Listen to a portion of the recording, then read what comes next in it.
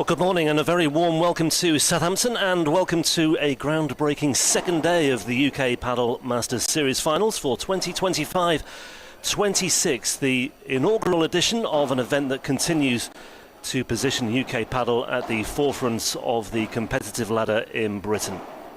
The highest level of age group competition in British Padel. This premier event this weekend concludes the Masters Series, featuring competitors from the 4 qualifying rounds that took place between October of 2025 and February of this year.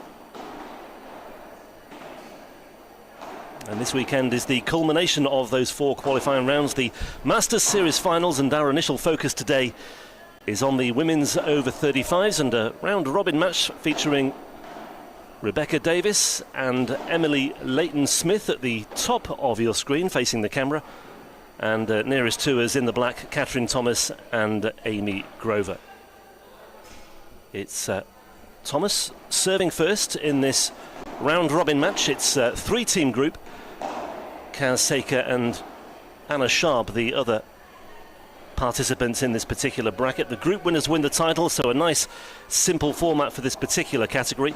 Davis and Leighton-Smith, by the way, the winners of their category in the second round of qualifiers, which took place not too far away from here in Fleet last November. And it's a real privilege to bring you live coverage of today's action. Several more titles to be determined over the course of the next 6 or 7 hours or so. We had an abundance of titles wrapped up yesterday. We have a stray ball here, trapped in the netting. That was a really good attempt to clear it, by the way. We'll just try and retrieve that ball later, but we maybe down to 2 balls for the time being. 40-30, just to bring you back to the here and now on the Thomas Grover serve.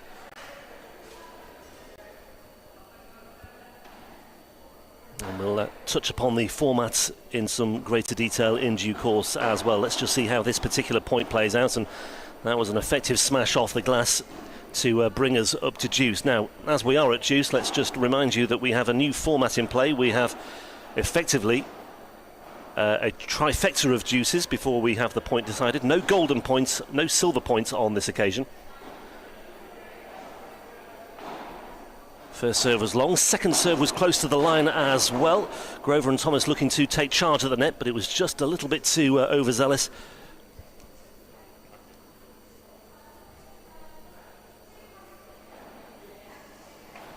And so that is deuce number 1 out of the way. Davis Leighton-Smith with the advantage. And that is wide of the mark as well. So a double fault, which is something of a rarity in padel at any level, and Davis and Leighton-Smith have the opening game of the match. It's an early break of serve as well. So yeah, just to clarify that, the deuce format, we don't have the golden point. As you may have seen if you've been watching our coverage of the UK County Championship Series in Bristol, for example, the age category there, the over 40s, the over 50s and 60s, and the Open that we had last November as well, we had the golden point in operation. That's not the case this weekend. Many of the players taking part this weekend are going to have to acclimatise to that, and maybe just 1 or 2 moments of confusion as well, but everybody on board and singing off the same hymn sheet in that particular opening game. So Davis Leighton-Smith serving at 1-love in the opening game. It's Emily Leighton-Smith who is on serve first of all for this partnership. The return is just into the cage.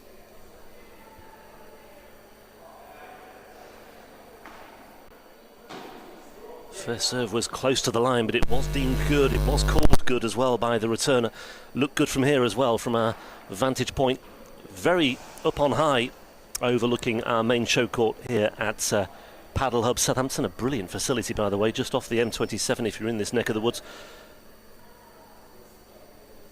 We have a total of 6 courts in use here. Fairly new facility as well, but one that is already firmly established, or is firmly establishing itself on the UK Padel map. Very quick service game for Davis and Leighton-Smith. They are 2-love up already in this opening set, and they've really taken a firm grip on this match so far. Both players, as you can see, they're responsible for keeping score with the scoreboard right at the base of the net. That's another new addition, a new feature to welcome you into 2026. That's just off the base of the wall, so deemed just long. But this is certainly where the UK's best in age group categories can really prove their credentials at tournaments like this. This is a groundbreaking weekend. And I was just speaking to our director of UK Padel, Mark Ayres, earlier. He said we're trying to establish a unique competitive identity that blends this padel culture with sporting excellence as well. And we had some very worthy champions crowned yesterday. That's close to the base of the net. It was a questionable one for Rebecca Davis to have a look at there, but she judged it well and she was able to use the deviation off the glass to good effect. 30-all on the Thomas Grover serve.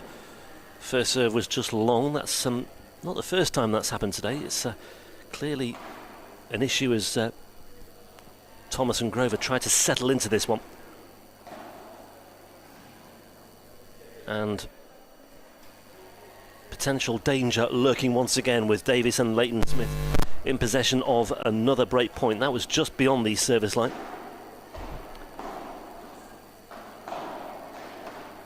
Backhand on the return. The overhead is off the glass. It's judged well by Rebecca Davis.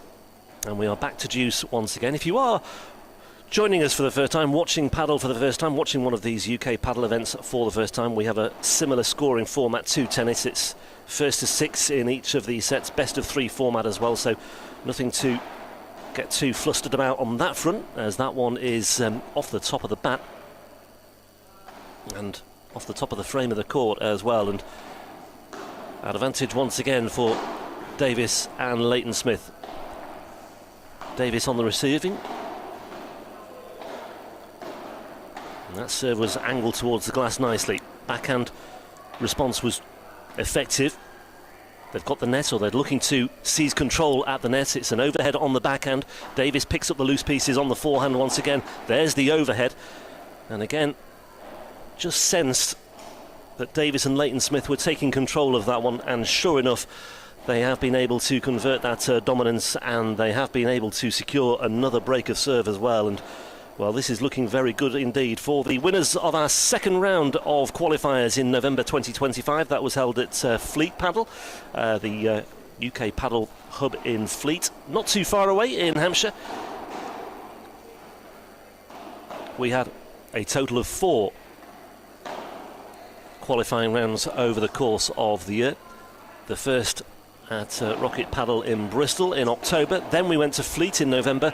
January up to Harrogate in the north of England, in North Yorkshire, where the North of England and Scotland category took place, and then an overseas excursion to Casa del Padel in Murcia in Spain for the final round of qualifiers.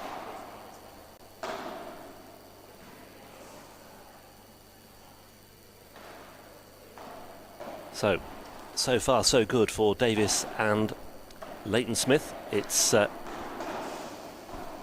Davis on serve once again.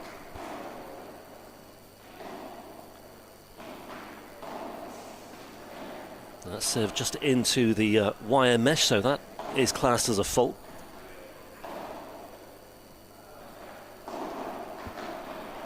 That one looked to be just long beyond the service line as well, so that's 2 double faults we've had in this match already, 1 for each side.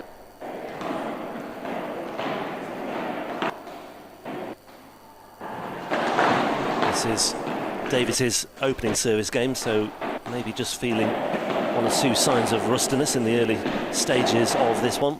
But they have got a point on the board in this service game, 15-30. And the first serve is a fault, it's into the net.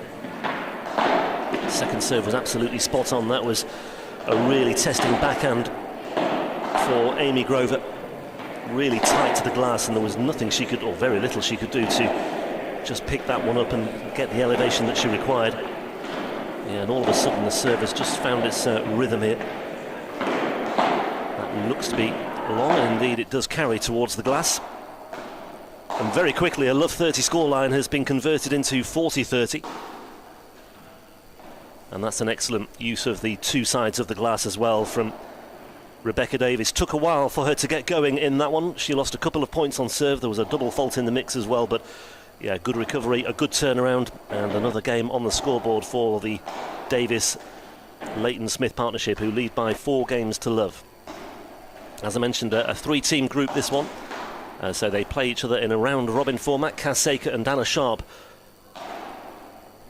the other pairing in this group.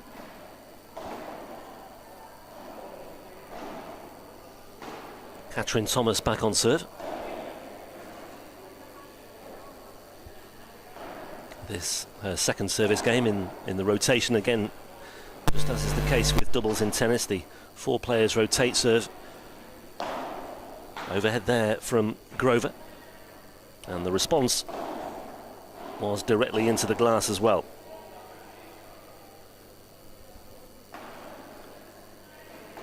Yeah, just trying to find that balance at times, trying to be aggressive on serve, playing it on the angle towards the glass, this time going down the middle with a more conservative second serve, which is probably a sensible thing to do. That's a beautiful piece of positioning. That was always going to be testing. That one is drifting wide as well, but that was such a telling response, really cutting into the fine margins there by Rebecca Davis. Couldn't have played that one any better, in all honesty. Thomas on serve gets this one right. Again, could have been a bit tighter to the glass.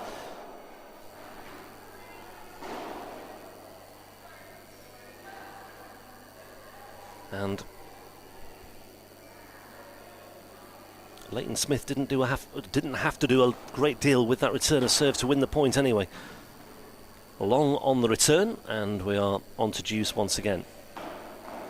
We will be able to maybe test our hypothesis as to whether the players are tuned into the deuce rule. It can be something that's difficult to keep track of as well, I suppose, if you are playing and obviously no referee, no umpire involved as well. This time going down the centre service line and measuring that one very nicely. Good use of the back of the court there from the Grover-Thomas partnership. Effective use of the mesh as well. It bounced favourably though for Leighton-Smith, and they got away with that one to an extent. That one has bounced just in front of the glass. Leighton-Smith scampering back to pick this one up on the backhand. It's the high ball again on the defensive once more. She's doing the bulk of the work here, and she's having to chase that one down, but that's intelligent play by Thomas Grover, who saved the break point. And they combined well there. That was good, persistent, relentless play. That one just clipping the back of the service line. Seems to have found a measure on the serve a little bit better, does Katrin Thomas.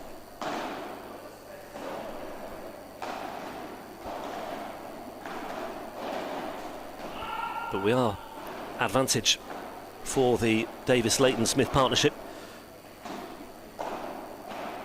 Leighton-Smith playing that lofted high ball into the corners. That's where it was aiming, but it was a good pick-up. It was a good response on the overhead, but the volley is wide, and wide by some margin as well from Katrin Thomas. And the break point is finally converted, and Davis and Leighton-Smith really pressing on and stepping on the throat of their opponents now. They lead in this first set by 5 games to love, and this opening set at least could be over very quickly indeed.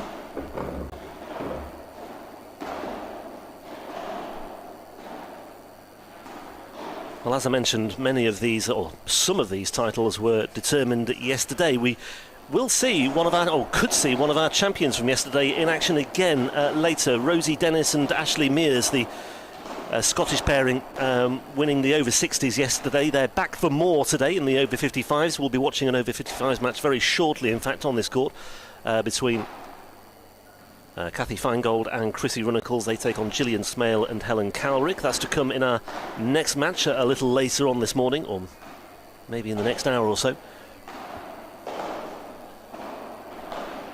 But Davis and Leighton-Smith serving with a 5-love lead and serving for the opening set. That's an excellent first serve. That is gorgeously positioned. It was placed to perfection down the middle as well. Leighton Smith on serve, looking to seal the deal as far as this first set is concerned. Davis with the forehands at the net. There's the robust overhead. There's no response whatsoever either from Katrin Thomas, and all of a sudden, in the blink of an eye, Davis and Leighton Smith have 3 set points. Leighton Smith taking charge on serve once again, just as she did in the previous service game that she had. Davis watching that one like a hawk. It's drifting long, it's into the glass, and that is the end of what has been a fairly one-sided first set, you have to say. Davis and Leighton Smith never really troubled in that one, you have to say. Thomas and Grover struggled to get going.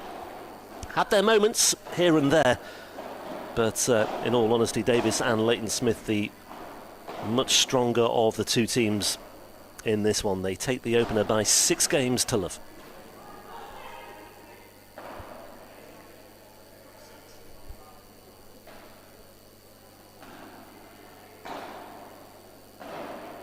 Well, straight down to business for the second set.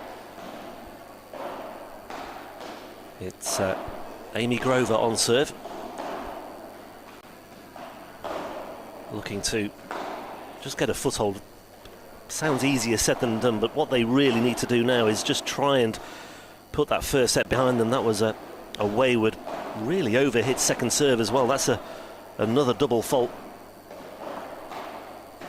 by Amy Grover. Produced one in the opening set as well. That's more like it, nicely positioned towards the glass, those testing areas of the court where you can really make hay and put your opponents under the pressure, and that one has gone right down the middle, and they both seem to leave that one to one another there. Just that breakdown in communication. We've talked about this before, the need for communication, to talk to each other. There was clearly no direction there whatsoever, and very little direction off that backhand as well from Emily Leighton Smith. Just long on the first serve.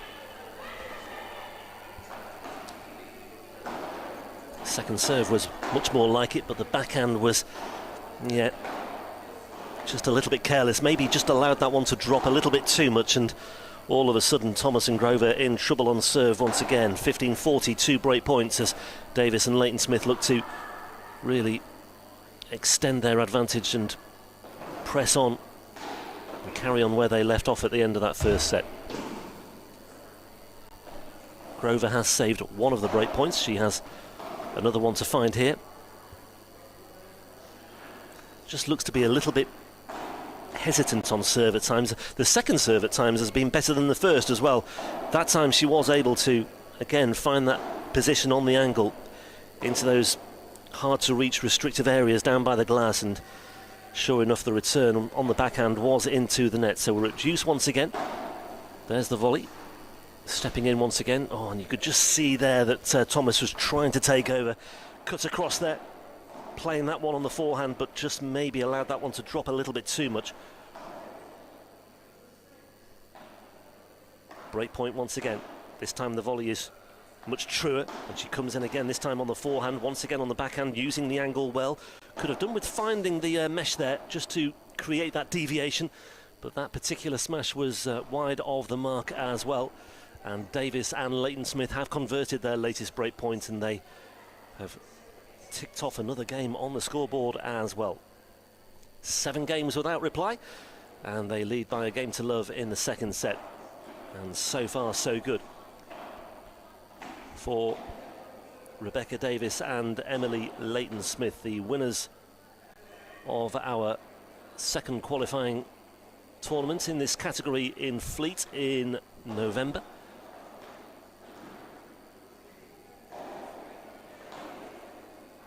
Beat Susie Cornick and Claire Clark in the Claire Clark in the final on that occasion.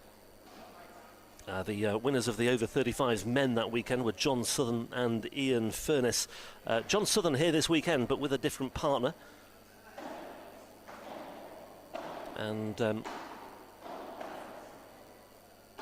Gareth Nicol and Craig De Silva also featuring prominently in the men's over 40s as well that weekend in Fleet. They're both here this weekend as well. The De Silva family well represented as well, because Edwin De Silva is also here this weekend. in the over 55s men. So we may see him in action later, because we have a semi-final and the final of the over 55s men on this court later.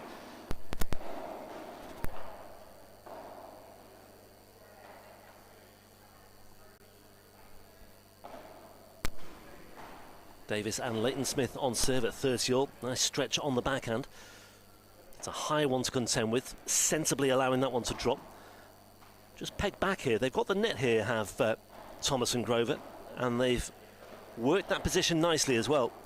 That's where they really have to make their move. They came forward as a unit, and they have a break point. This is a big moment for them as far as this match is concerned. They've just overdone it, though, on that looping forehand.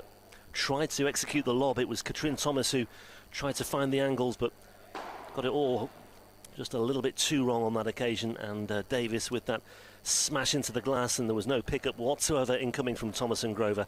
And once again, you have to admire the way that Davis and Leighton Smith, when they have been in a spot of bother, they have turned things around, and they've done so once again. They were facing a break point there, but two very quick fire points, and they've salvaged that particular situation. And ticking over very nicely once again. They lead by 2 games to love.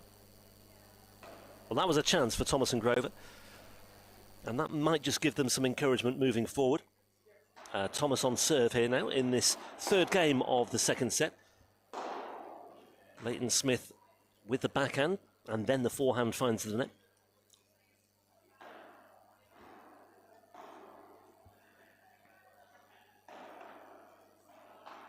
It was a flat serve on that forehand. Sometimes players, when they are aiming towards that angle on the glass, they might just employ a little bit of slice just to put another variable in the equation. That one has just caught the line on the centre service line, by the way. There's the backhand from Leighton Smith. It's another high one for Thomas to deal with once again. She's going to have to watch this one like a hawk. And again, the placement was absolutely spot on by Emily Leighton Smith. 15-30. And again, it's that flat first serve.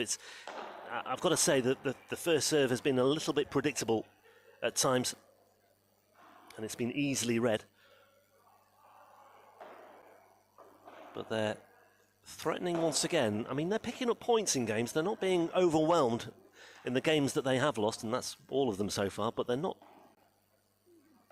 one-sided games at times. 30-all on this occasion. There's the backhand down the middle. That was sensible, trying to just invoke that uncertainty, and that's an effective use of the glass once again. Emily Leighton Smith didn't read that too effectively, and Thomas and Grover in position to finally get on the scoreboard in this match. They have game points on serve at love 2. Thomas this time going into the corners. It was again a flat serve, easily read by Rebecca Davis. There's the overhead. Has to be careful here on the glass, and once again, yeah, just that angle of the racket face, just taking that one wide into the mesh. She was in a good advanced position there. An angle put away would have been very difficult for Davis and Leighton Smith to pick up. Let's see what they can do from this situation. Back to deuce, and again it's on the overhead. Oh, that's a gorgeous piece of placement though by Leighton Smith. She's played that so well. Just that change of emphasis, that change of direction, and she went straight between the two of them. And once again, it's break point for the Davis-Leighton Smith partnership. Davis on the return. High one, back towards the glass. They've got the net here. They're stepping in with real intent once again. Just forced back ever so slightly. Davis with the high ball off the back of the court. Thomas, down the middle it goes, but this time Leighton Smith has watched it well, and it's almost a carbon copy. This time on the backhand, down the middle, in between the two. And Davis, Leighton Smith, the combination comes together once again. Thomas and Grover had their chances there. That was perhaps their best opportunity to get on the scoreboard in this match in its entirety, certainly in this second set. But it's the same outcome. Davis and Leighton Smith finding a way and doing enough when their backs were against the wall there. And they lead in this second set by 3 games to love.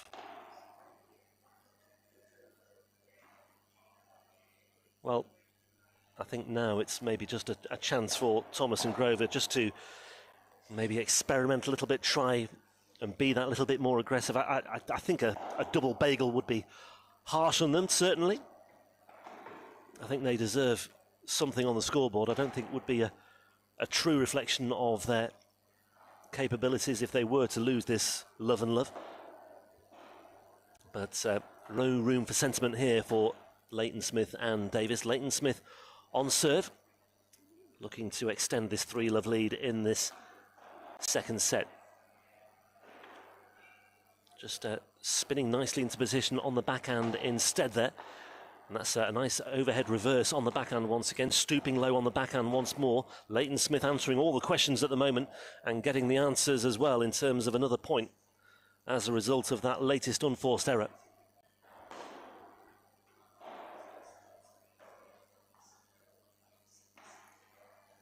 Just took a touch off the net there. It was a serve down the middle that did go right down that centre service line. Couldn't have played that one any better. Excellent reach on the backhand, stooping low to conquer there. Davis just letting that one drop off the glass. Leighton Smith takes over on the forehand, looking to use the position, and again, really effectively targeting those angles down the middle, and it is creating a lot more uncertainty for the Thomas Grover partnership. And even though they were able to get something on the racket, it was not quite enough. Just a little bit overzealous on that volley as well after the serve down the middle. So 30-15.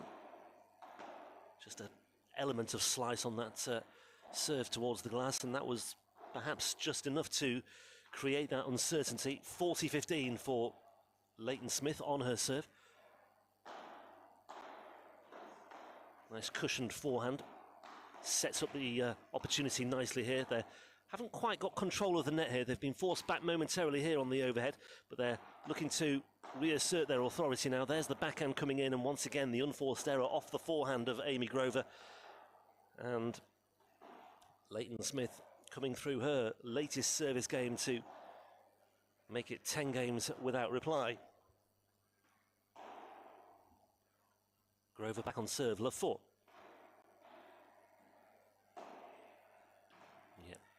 Looked to be a little bit off balance as she addressed that one as well on the slight forehand on the overhead. Seemed to be in two minds about whether to let that one drop a little bit more, but yeah, in the end, it just seemed to be off balance more than anything.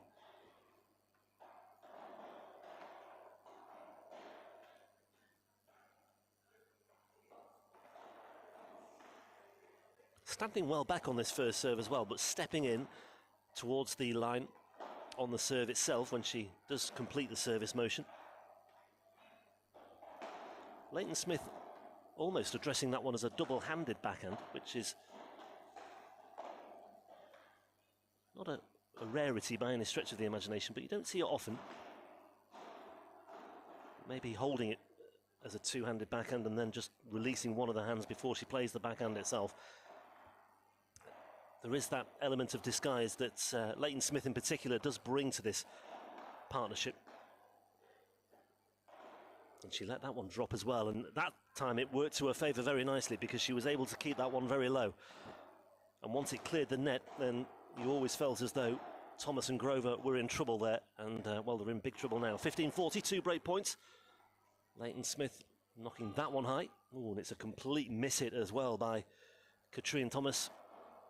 And that, in many ways, just about sums up their match so far. I think she was guilty of just taking her eye off the ball in that one, and this one is very close to a conclusion.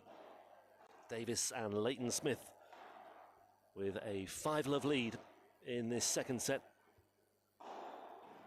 And this looks as though it could well be the perfect start to their campaign. This is the women's over 35s. Kaz Saker and Anna Sharp, the other team in this group. 2 wins from 2 will be enough to secure the title, and it may well be all about that match to come between Davis, Leighton Smith and Kaz Saker and Anna Sharp. Well, they have a collective smile on their face, do Thomas and Grover. I think they know that the game is almost up here, but let's see if they can get something on the scoreboard. That forehand is off the top of the frame and is out of bounds. And Davis serving for the match, making the ideal start. They've used that high ball so effectively. They've judged those positions very effectively, pretty much from the word go in this one. Really just repetitively asking the questions, putting it in those consistently tough areas and consistently either winning the point outright or consistently drawing the errors from their opponents as well.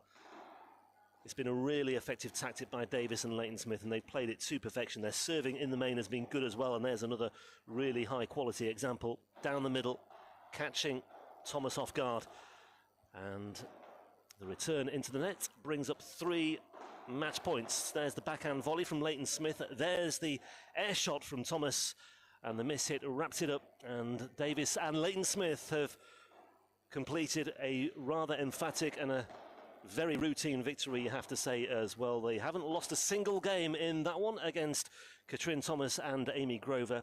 An easy victory for Rebecca Davis and Emily Leighton Smith, the winners of our qualifying round in Fleet in November. Well, they've made a winning start to this one as well. They've taken the opener 6-love, 6-love.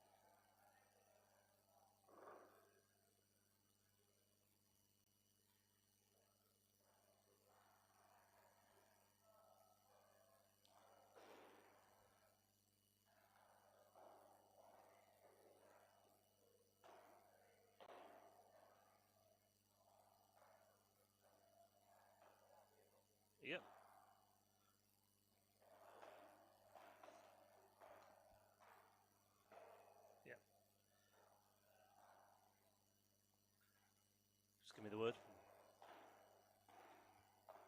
I'm ready.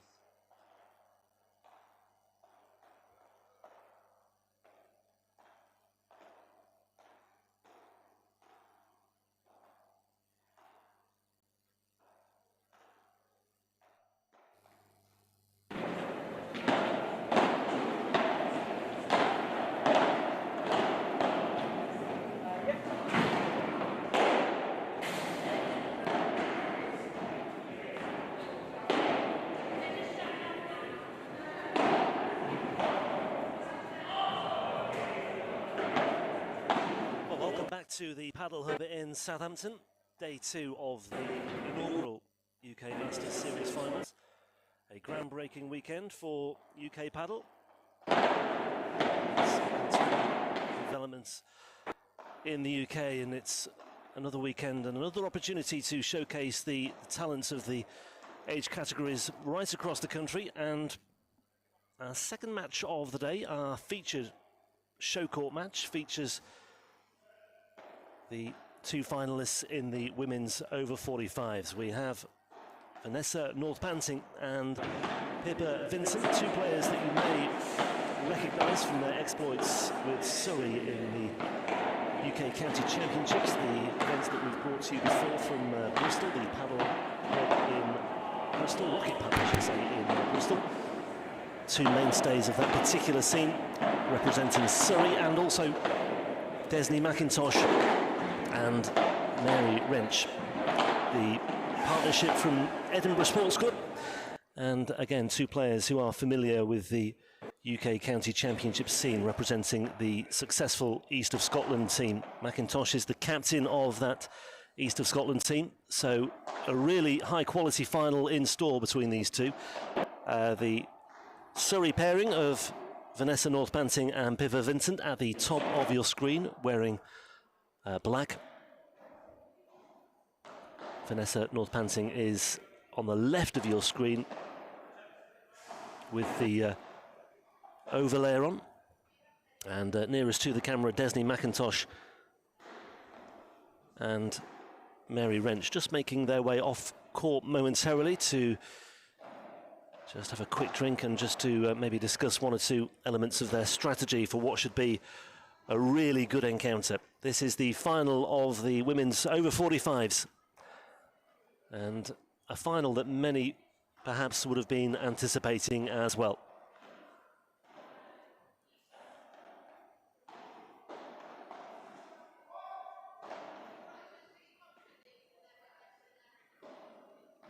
Well, it looks as though the warm-up will just continue for a little while longer. Just to mark your card as far as the rest of the day is concerned as well. We should be bringing you very shortly as well, later this morning, the semi-final, one of the semi-finals in the men's over 55s.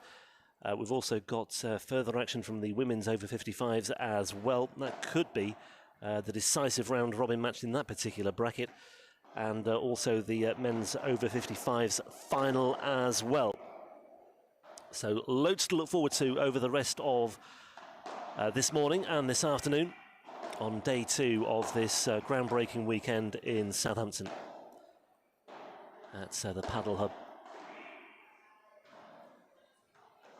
The culmination of the UK Masters Series, 4 rounds of qualifying. And these 2 teams, by the way, did feature prominently as well in the qualifying campaign. We have 2 sets of champions, actually. North-Panting and Vincent were the winners of the women's over 45s in the second round of qualifiers in Fleet, just down the road from here. That was in November. And Desney McIntosh and Mary Wrench were the champions of, the runners-up in the over 50s in the third round of qualifiers in Harrogate, which featured the teams from the north of England and Scotland. They were beaten in that final by Helen Calrick and Gillian Smale, who are in action in the over 55s in the women's this weekend as well. So it looks as though we might be close to a starting time. A spin of the racket to determine who will serve first in this one. Just to complete the ID, by the way, for you as far as the McIntosh-Wrench partnership is concerned. Mary Wrench is on the right of your screen, wearing the darker shoes, the red shoes. Partnered by Desney McIntosh, the East of Scotland captain in those UK County Championship series, those age category County Championship series that we saw in Bristol earlier this year, and of course over the course of 2025 as well.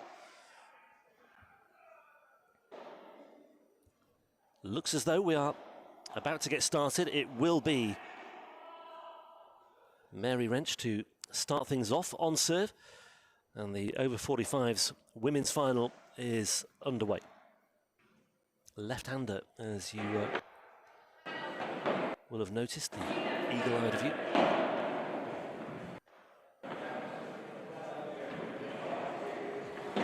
Second serve, which was just long. Well, it looked long to me, but play continued. We do have a high vantage point from here, but nothing called by the returner, and the emphasis is on the return. I mean, I have to say, there was significant daylight between where the ball landed and the service line itself. So, anyway, we carry on. First point on the scoreboard.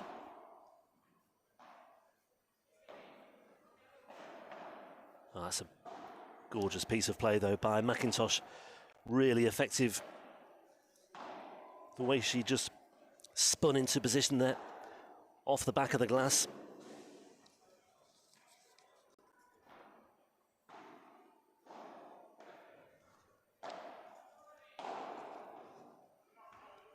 And she's played that one effectively as well, that attacking shot off the back wall, the Bacada, that Wrench was able to employ there. This time she's gone defensive on the backhand, and she's just asked enough of a question of Vanessa North-Panting.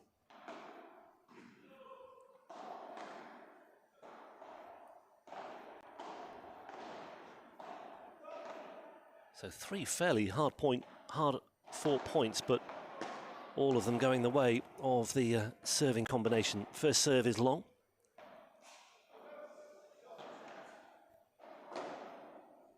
Yeah, well left. Testing second serve. Deep into the corners, tight to the glass, and McIntosh and Wrench off to a flyer, holding to love in the first game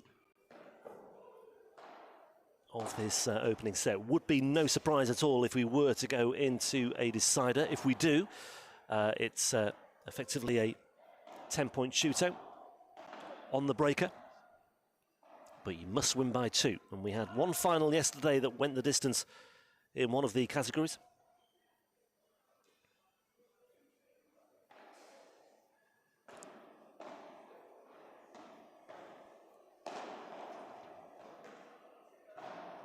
That was the over 50s final,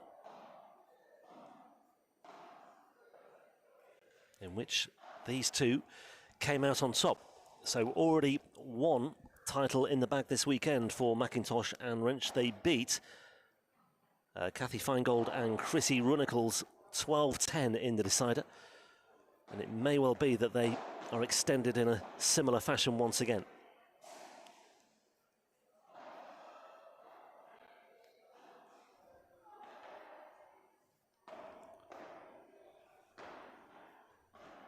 Pippa Vincent on serve in this second game.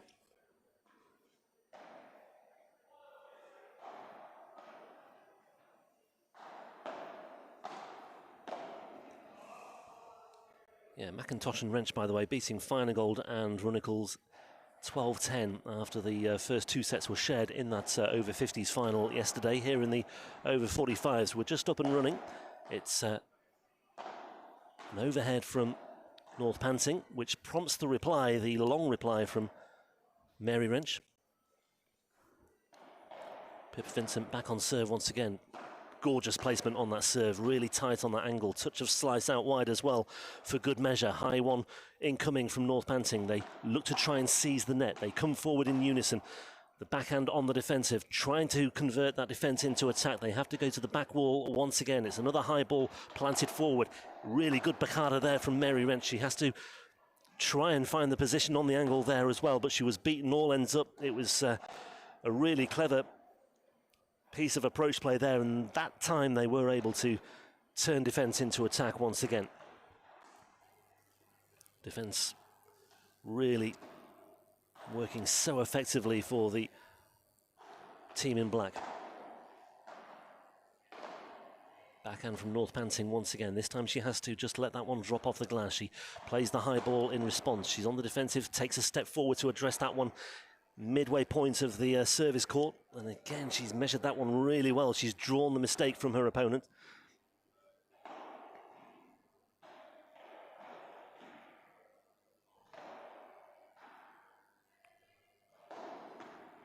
The 15. McIntosh on serve in this third game of the set. Wrench just letting that one drop, and she's played the lob to perfection as well. Watched like a hawk by North Panting.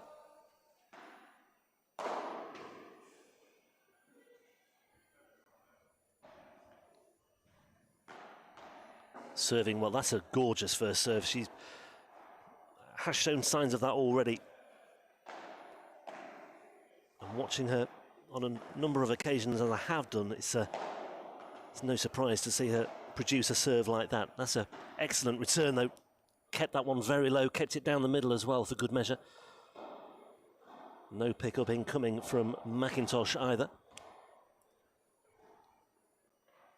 And work to do, 2 break points. First serve though finds the tape. Second serve is on target, but North Panting can do a little bit more with that. They come forward again in unison. Good defence once again from North Panting and also Pippa Vincent. That's a gorgeous piece of approach play down the line though. That little touch of disguise as well for good measure.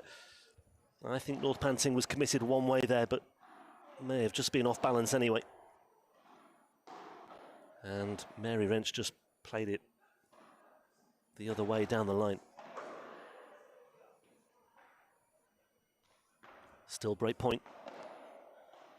Backhand return sits up nicely for Mary Wrench. There's the cut across though from Desney McIntosh, and the volley finds the net, and that is a break of serve, and North Panting and Pippa Vincent get the first advantage. They first breakthrough in this opening set, and they lead by 2-1.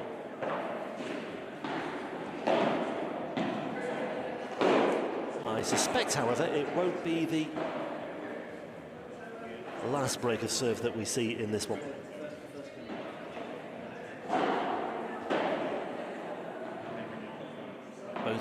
Both sets of players, I should say, have the capability to really attack on the second serve. I think they want clarification from up on high as to what the score is. If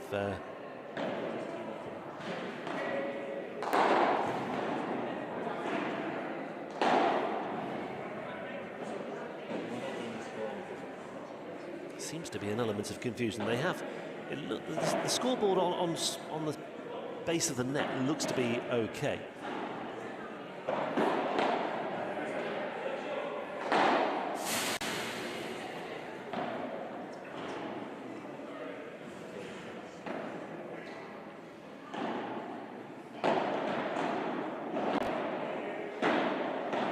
So we do have a slight delay to proceedings. I'm actually trying to just peer down towards the court to see if they've got the right scoreboard in terms of what they're playing to. I can tell you that North Panting and Vincent do lead by 2-1. Whether the players are aware of that remains to be seen. Let's hope they are aware.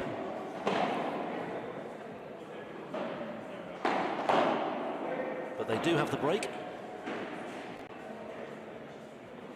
And it will be Nessa North Panting to embark on her first service game in this over 45s women's final. First serve just wide. Second serve on hold as we just clear up a little bit of debris on court.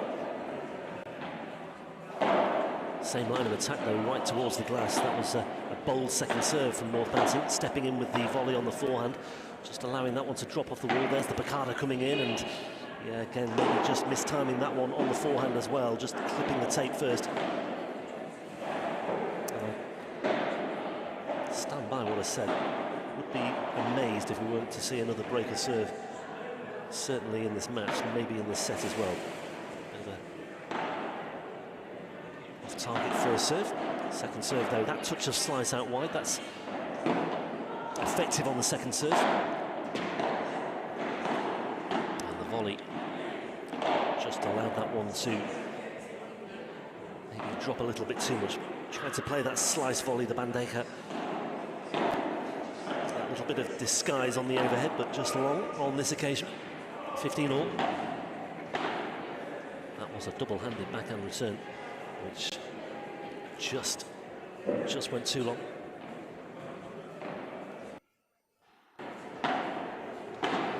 A lovely cut across by Pippa Vincent. Has to pick up the loose pieces at the back of the court. North Panting watching that one very closely as well. There's the volley on the backhand this time. Again, North Panting has to chase back, but the point goes their way anyway, because once more it's long. Just seem to have lost their radar here a little bit, the McIntosh-Wrench partnership. It's 40-15. Oh, could not have planted that first serve any better. Such a difficult one to play. It was deep, it was wide, it was tight to the glass, and yeah, they lost the first point, but they quickly got into their stride on that one, and they lead by 3-1. Mary Wrench back on serve, serving at 1-3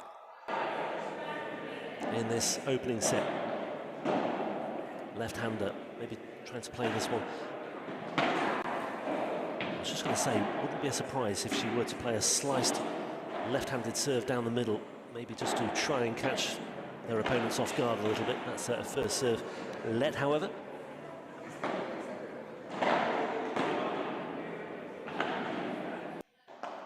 Second serve is long.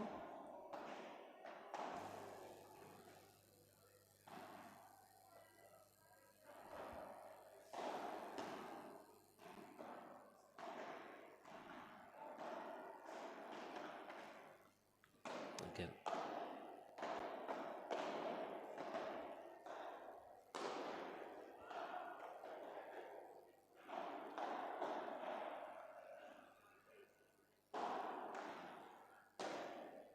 Yeah, really dealt with that one well.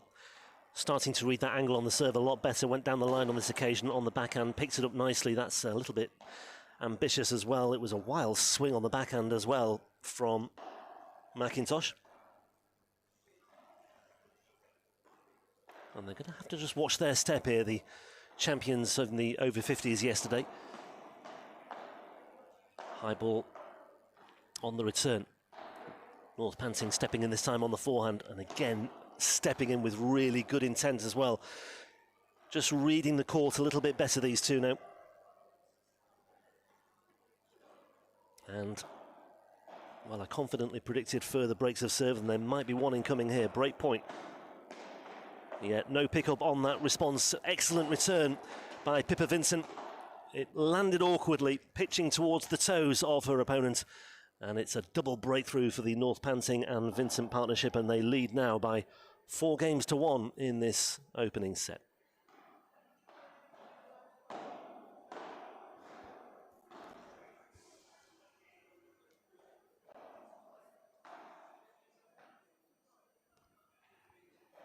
Well, two key areas where the North Panting-Vincent partnership have really caught the eye so far. The serve, particularly of Vanessa North Panting, just finding those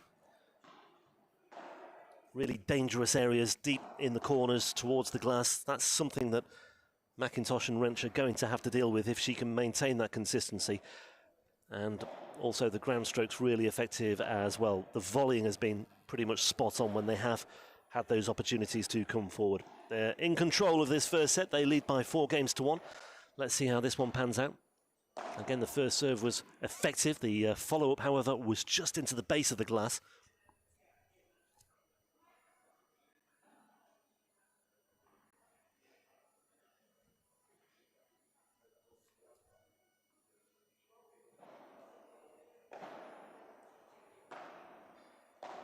overhead from North Pansing. Has to chase this one back. It's nicely pitched by Mary Wrench. That one was just inside the margins. That one, however, is just outside the margins.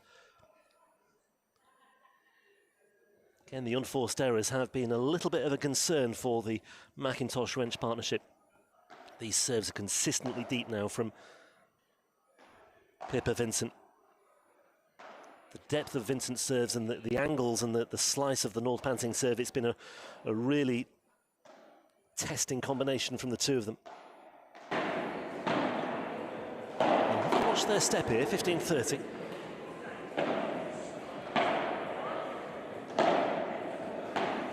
Volley planted down the middle, and again, North Pansing happy to let that one just drop inside the glass, and she's been able to readjust to that one as well. That was close.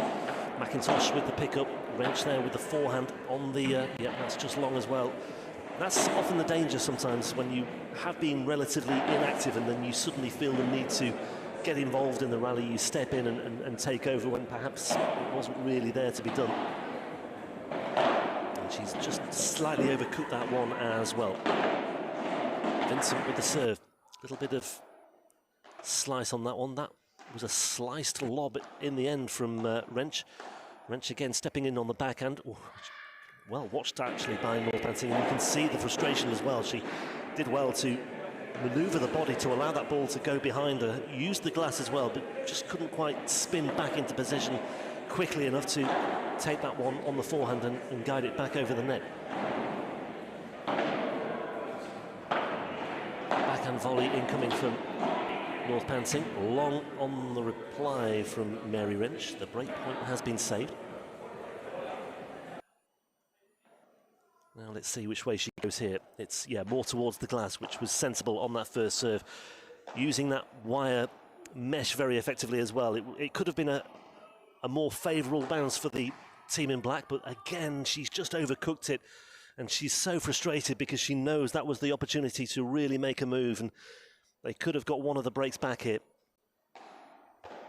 Might still do, but they're up against it once again. First serve again, played to perfection on the glass. They've got the net here, but just a little bit too tight to the net on that occasion. Back to Juice. Let's see how much depth she can find on this first serve. Well, it was enough. Stepping in again. On the volley once more. Deep into the corners. That's good. North Pansing takes over on the backhand. Touch of slice as well. Going to have to be careful here. Nothing doing on that one. That one dropped like a bag of cement as it hit the turf just in front of the glass, and there was no pickup from there either. McIntosh and Wrench have breakpoint once again. This time the serve, yep, so effective. When she's serving into that advantage court, she's been really, really consistent. So we are back to Juice once again. Now, by my maths, I think this is Juice number 3. So let's see. It is Juice number 3. It's going to take some getting used to. Yeah, serve did look long, and it was long. Slightly late call, but it was the right verdict. So second serve for Pippa Vincent, and it's a good second serve as well. Goes down the middle on this occasion. Yeah, you could see they're trying to play the bandeja again. That sliced, the picada off the back wall. Trying to bring that ball down aggressively, but yeah, nothing doing. And yeah, that was game. So 5-1, the lead. And it is McIntosh back on serve. Awkward from McIntosh, but she did well to pick that one up. Likewise from Wrench as well. Yeah, that momentum from Pippa Vincent. You could just see the momentum building in that rally and just failed to apply the touch and the control. Great first serve from McIntosh on this occasion.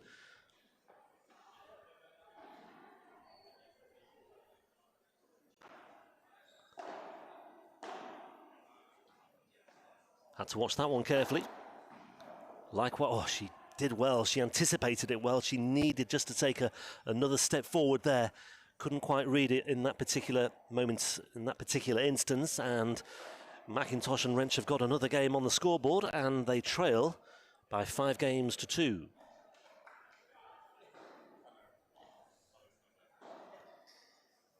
So 2 real quick-fire games there, even though one of them went to a deuce game. It was a lengthy deuce game as well, but it's been played at a really good pace, this one. But those 2 breaks of serve ultimately so far proving decisive. And it all means that North Pansing and Vincent do have this cushion to work with as they embark on what could be the final game of this first set. They lead by 5 games to 2.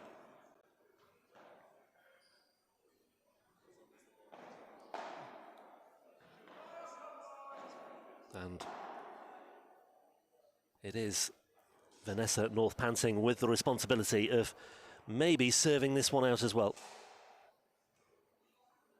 Taking a moment, taking her time, serving for the first set, 5-2, double break in hand as well, just to give them some further room for manoeuvre.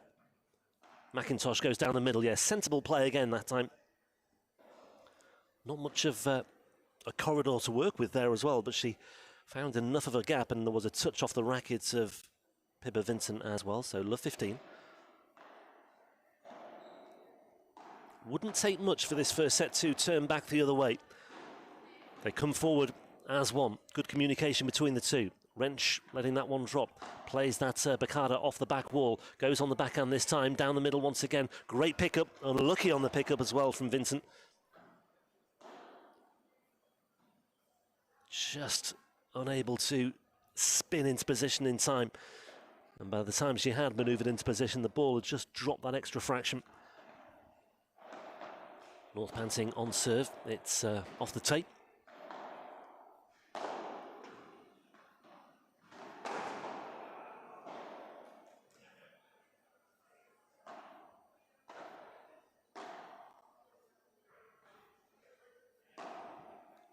Needs to find something. They're under pressure here, McIntosh and Wrench. And they're under pressure a little bit more now as well, because that was a perfect placement on that lob deep into the corners. They've stepped forward here. This surely has to be Pippa Vincent's point. And it is, although in the end it was reliance on the unforced error that got them there. Could have taken charge a little bit quicker than they did in the end, but that will do for now. Again, the serving from North Pansing has been absolutely spot on, but they've lost the point on that occasion. The follow-up is into the back wall.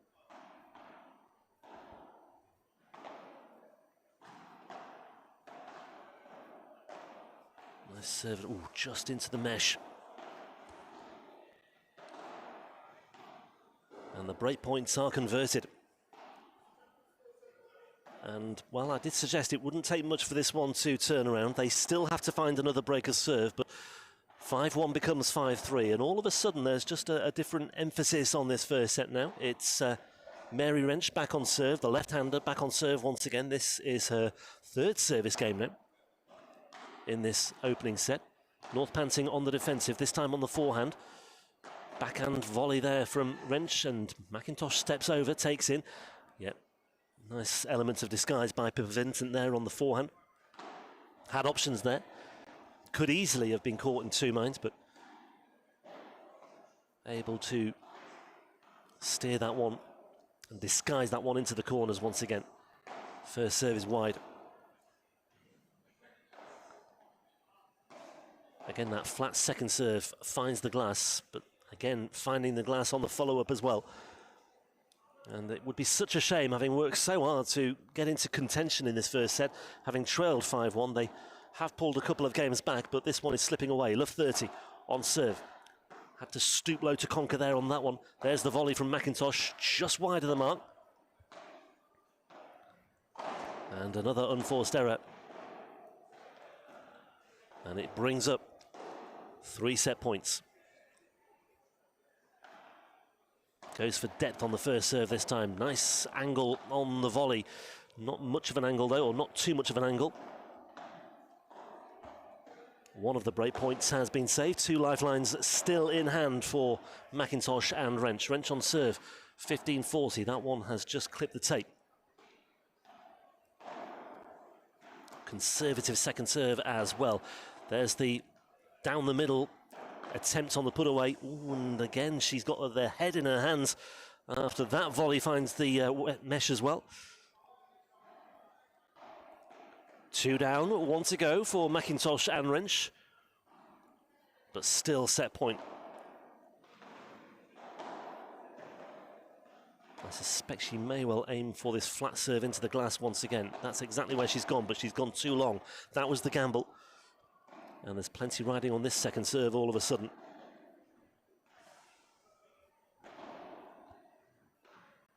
Well, same line of attack. This time she pulls it off. There's the volley, and as soon as it left the racket, she knew what fate was going to befall her there. The head drops once again, and the volley goes wide. And despite saving 2 break points, 2 set points along the way, they couldn't save the third. And it's Vanessa North Panting and Pippa Vincent who come through in the end, taking the first set by 6 games to 3.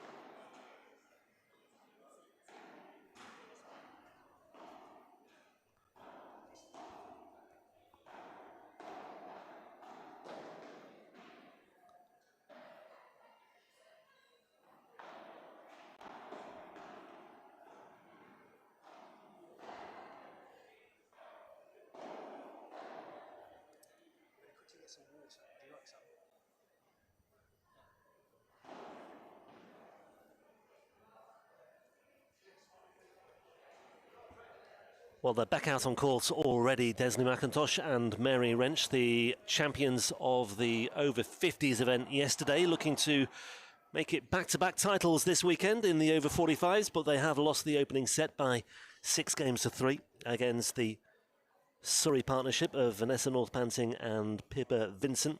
I mentioned their exploits in the UK County Championships recently, representing Surrey. Desney McIntosh and Mary Wrench, the East of Scotland combination from the Edinburgh Sports Club.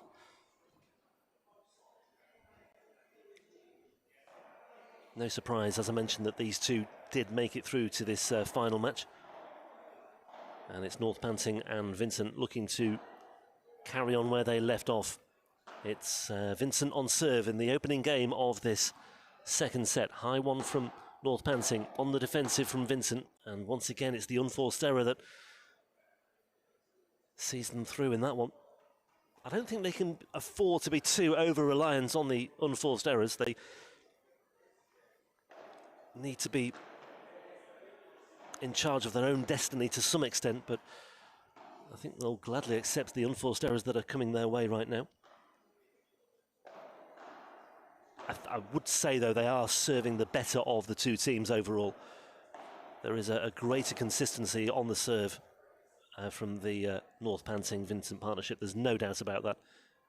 40-15, and yeah, sitting pretty on serve once again. Good depth on that first serve. Nice cushioned volley on the follow-up as well. There's the overhead from North Panting. Has to go on the backhand. She lets it drop, plays it off the wall. Has to watch that one carefully, and she's under pressure here, and the pressure tells in the end.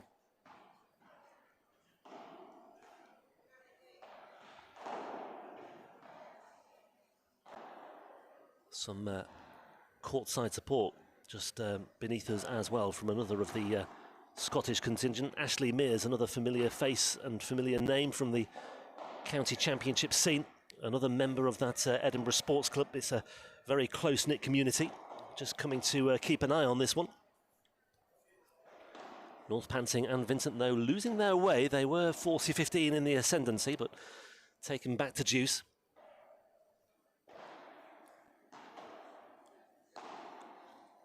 North Panting twice on the overhead. Yeah, she's let that one drop. Just a case of mistiming that one more than anything.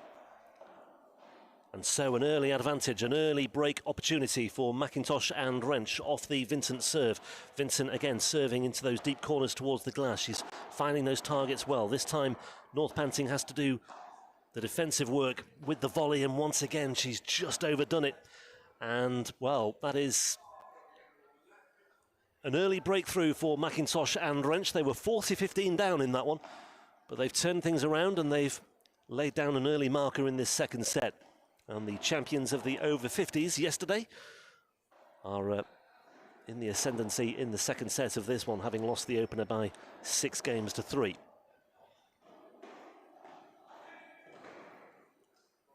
So just a little bit of renewed hope here now for McIntosh and Wrench. But as I said, North Panting and Vincent have been serving the better of the two in the main. I think you may be able to view that one as a slip-up, but they'll be hoping not to let that spiral out of control. They need to make sure they can reassert their authority on serve as they did in the first set. Wrench on serve now in this second set. Her opening service game. First serve was long, second serve was on target. The Surrey combination coming forward and looking to make their pressure at the net tell once again. North Panting has to be a little bit more assured on the volleys. The misplaced volleys counted against them in the previous game. Testing one there for Wrench and McIntosh. McIntosh picking up the loose pieces on the forehand. It's Vincent scampering back to retrieve off the glass. That one was a little bit tentative. She got away with that one. Slight miss hit, I felt.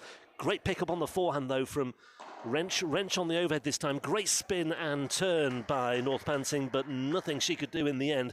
Just seemed to lose her way there. Lost track of the ball. You just feel as though McIntosh and Wrench need that little bit of daylight, though, in this second set. Maybe 2 or 3 games might just settle them down, might just give them that freedom to play the way that they know that we can, or the way that we know they can play. But the serving from Wrench so far has been effective in this service game. 30 love, and again, good depth on that first serve as well. Nice pick up on the volley as well. That may have been drifting wide, but Wrench taking no chances. Backhand from North Panting is a tame one into the base of the net. And this could be the most authoritative that they've been on serve so far. 40 love.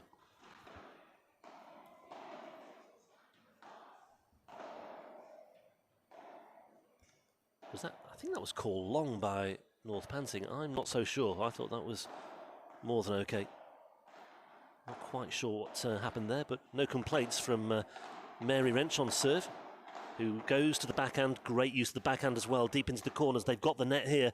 They're really in position to take charge of this point. That's just off the base of the glass, and McIntosh and Wrench have held to love and have extended their lead. 2-love.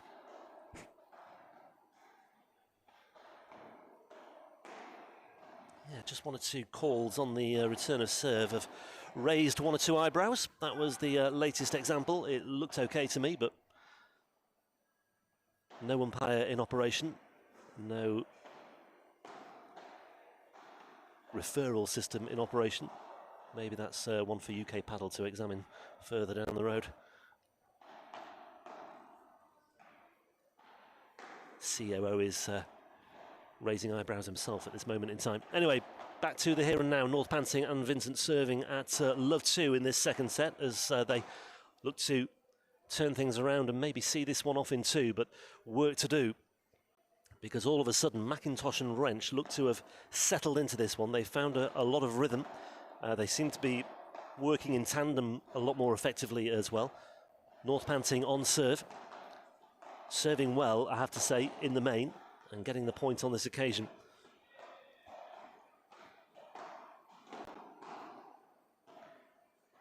Really has been good, consistent stuff on serve so far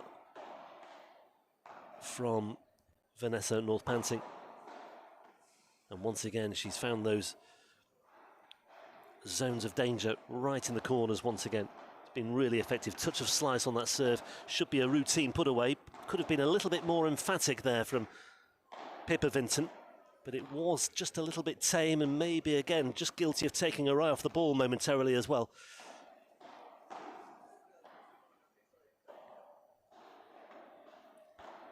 (15-40). Danger lurking once again. Backhand, slice backhand on the follow-up from North Panting. There's that slice volley on the Bandhecker from North Panting again has to scamper back towards the glass, puts in the high ball on the defensive. That was the only way to go, really, but she's again put too much gas on that one, and it's another point that slips through her fingers. It's another unforced error, and it's another game on the scoreboard for McIntosh and Wrench, who really have found their feet in this second set now, and they lead by 3 games to love as they look to level things up and take us into a potential decider as well. And tellingly as well, very little turnaround from McIntosh and Wrench. They don't want to hang around at the side of the court. They're straight back out the other side. Clearly want to get on with things, maintain this momentum that they have. Whereas, not surprisingly, North Panting and Vincent are just taking a moment or two to try and just gather their thoughts and maybe just reset to an extent as well. No strict time limit in operation. I think 90 seconds or so is the perceived max, but again, no umpire in operation here, so as long as you're not taking an eternity, everything's fine. Anyway, 3-love. McIntosh and Wrench won't be taking anything for granted just yet, but you just sense this one is turning, and they are playing with a lot more confidence there. They're just moving around the court with a lot more purpose and a bit more zip as well. Little spring in the step as well in between points between Wrench and McIntosh. McIntosh on serve once again. Stooping to pick up that one on the forehand once again. Wrench has to go back. I think she's over. No, she's got that one absolutely spot on. Well disguised, actually, as she dressed that one off the glass.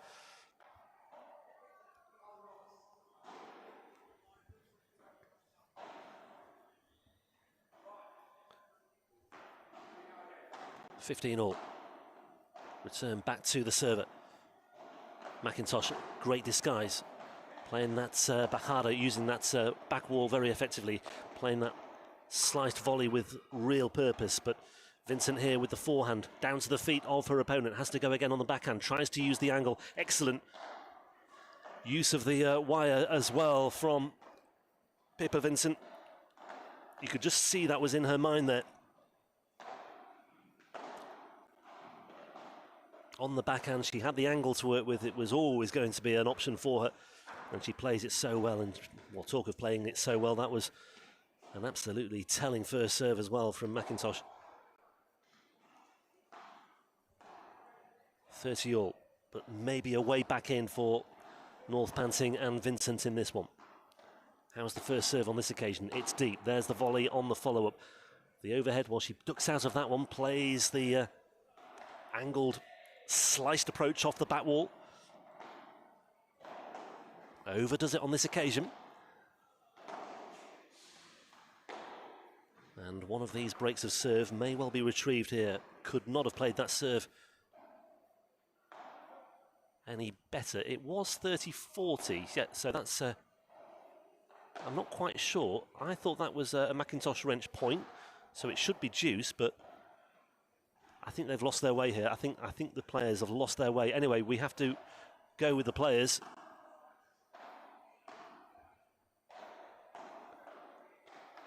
And it's Vincent back on serve, and the second serve was also a fault as well.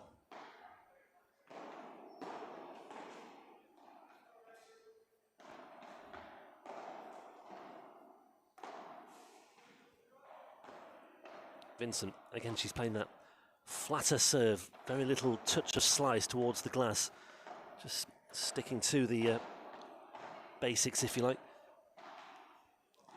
Needed a bit more cross-court angle on that slice. It was a nice idea, though, from Mary Wrench. She's on the defensive here, on the forehand.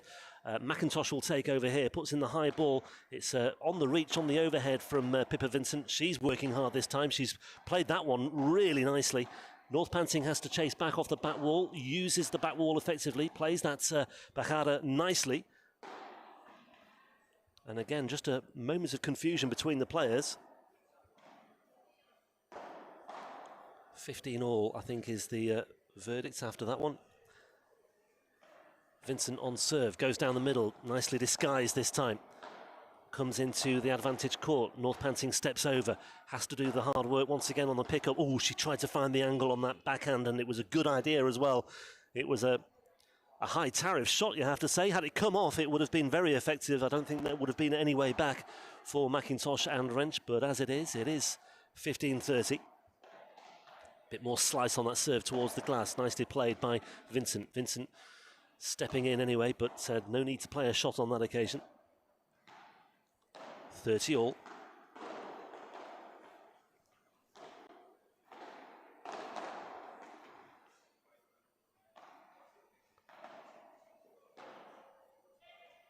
Yeah, that's long on the return as well. So some respite maybe here for Vincent on serve and North Panting, the combination. Yeah, that serve is just finding its feet now. That's almost back-to-back like-for-like serves from Pippa Vincent. That, however, is long on the pickup. Maybe needed just to take a step back into that one and move away from that one and play a more orthodox forehand, but it was a split-second decision. And all of a sudden now, McIntosh and Wrench are in position once again. They have the advantage. This could be another one that slips away from Pippa Vincent on serve. This time goes for depth. North Panting has to let that one drop. Plays the high ball on the defensive. Mary Wrench using the backhanda very effectively once again. And once again, coming away with the verdict, having forced the error. And McIntosh and Wrench really taking charge now of this second set.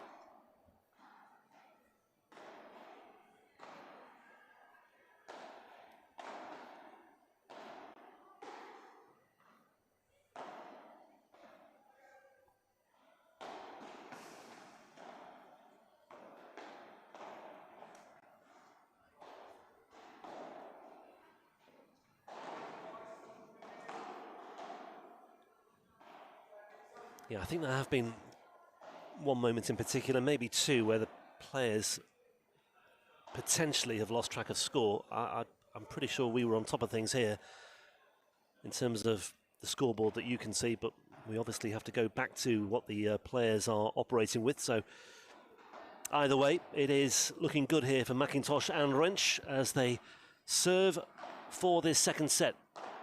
Wrench on serve, and she's really stepped in with gusto on that one as well. Playing that one just underneath the outstretched racket of Pippa Vincent. And collectively, it has really started to come together. The serving has improved. The communication has certainly gone up a level as well. And they're just playing with so much confidence in terms of their ground strokes as well, and the decision-making that's going on out there as well. And this is another example, potentially, well watched by McIntosh.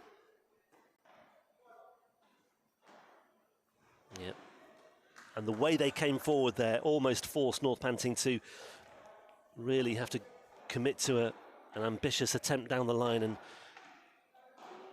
I think out of the back of her head there, maybe some peripheral vision, she could see the players advancing, had to make a decision one way or the other. And in the end, it drew the mistake once again. Once again, they're on the defensive here.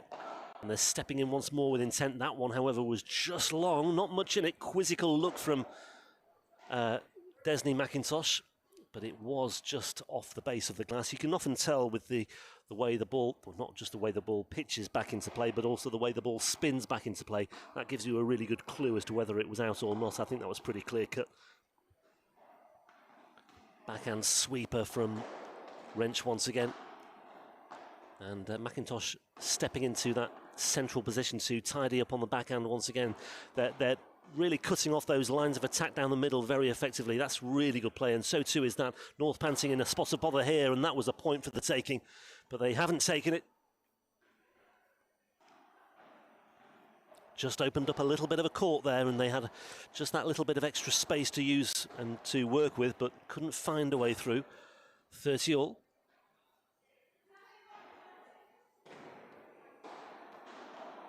Now they're having an exchange about the previous point. But I'm satisfied we are at 30 all. And I think the players are as well. Wrench on serve. And again, you could hear the clatter of the glass off the racket of North Panting. But the response is long. And we do have break point. Now, It's a long way back, but this would be the first step. That serve is long.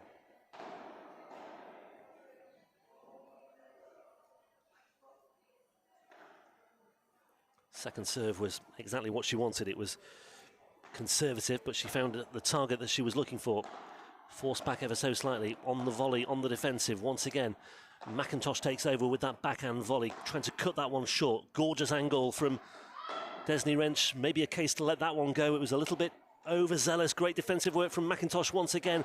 And McIntosh once more, just a little bit too much. She tried so hard to keep that one alive, and so too did her partner Mary Wrench as well.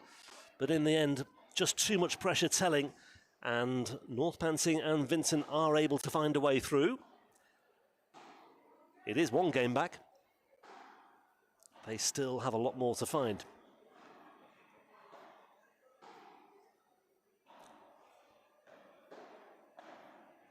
Serving to stay in this set, 1-5. But we have seen this time and time again, not just in paddle, but in any set play.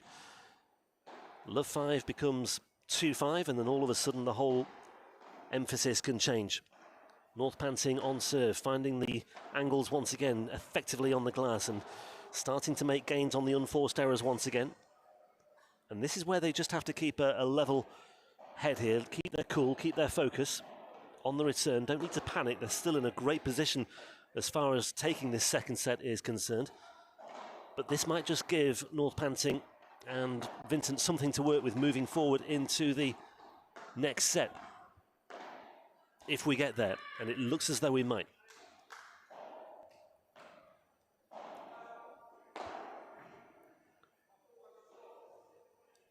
That volley just played with a bit too much punch on the backhand. It goes into the glass, 15-30.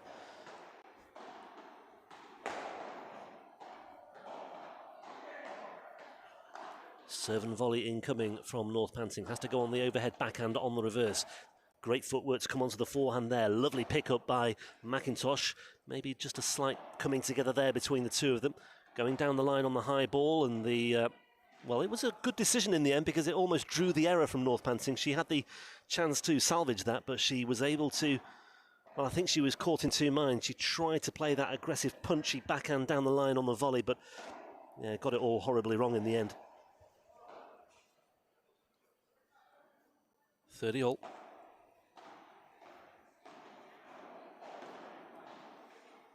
McIntosh with the ability to pick up the loose pieces, and yeah, this is more like it.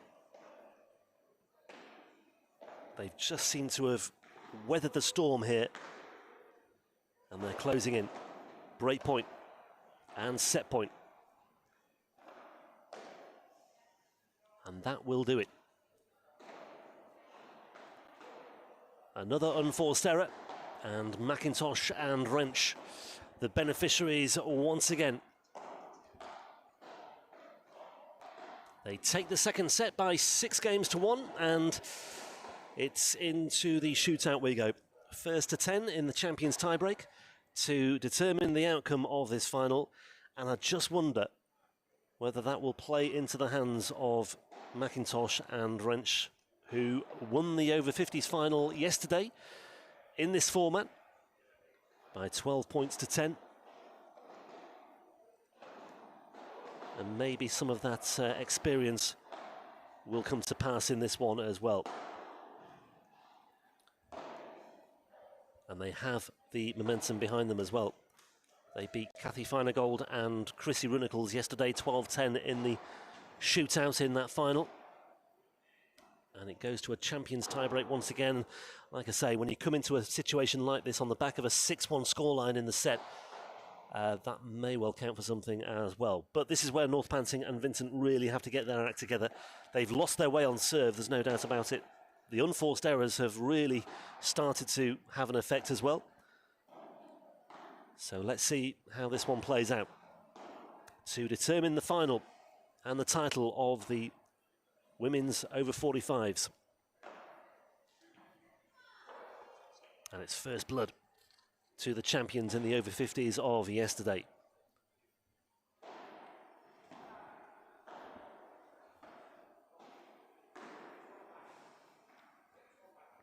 So 2 serves incoming here for Vincent. The tie-break following the format of a tennis tie-break, no deviation from that one. High one for Wrench, and again she's just addressed that one a little bit off balance and maybe a bit too much elevation on the racket face as well. Vincent looking for maximum returns on this opening salvo on serve, and that's exactly what she's got. So no way through in terms of a mini break so far. 2-1 as Wrench takes over on serve.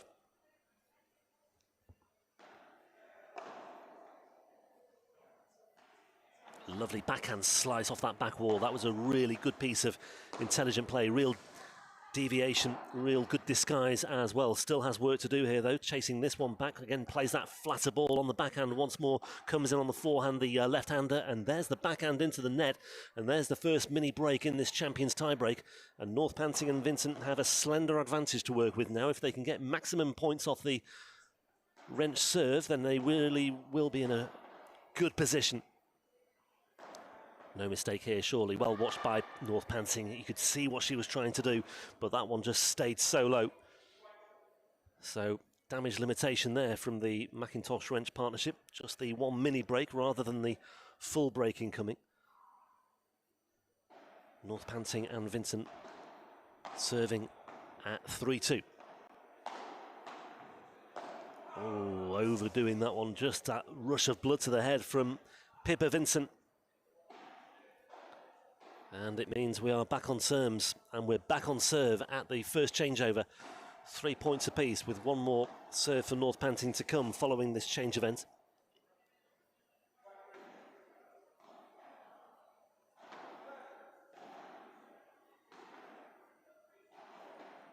Change of ends follows the format of a regulation tie-break in tennis as well, just to, even though we are playing on an indoor court as well, things like lighting and other factors come into the equation, so we do have the change of ends in operation. North Panting looking to make the most of this on serve at 3 points apiece in this Champions tiebreak. Has to chase back to get that one. She's done well to pick the loose pieces up there. She's having to stoop to conquer on this occasion. There's the overhead from Wrench. And is that one going to drop just inside? Yes, it does. Macintosh picking things up. Maybe a slight breakdown in communication again. The Macintosh-Wrench partnership look to be on top, but the tide might be turning here. Forehand from Wrench once again. They come forward to the net. They've got the net now, and there was the attempt on the angle. And that's a really good passage of play. Really intelligent stuff by North Panting and Vincent. And you could see what Wrench was trying to do. She was trying to employ that angle on the slice, on the volley, because she was relatively tight to the net. And I think had she cleared it, it would have been very difficult to have lost the point from that position.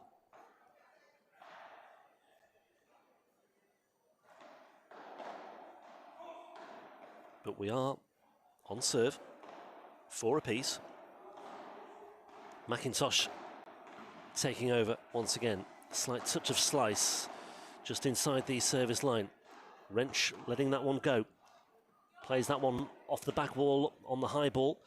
Goes down the middle again, and once again, they seem to be able to produce this good understanding about which way to go in terms of when it does come down the middle on the defensive. But this time, Macintosh on the forehand with the unforced error. Could be a costly one as well.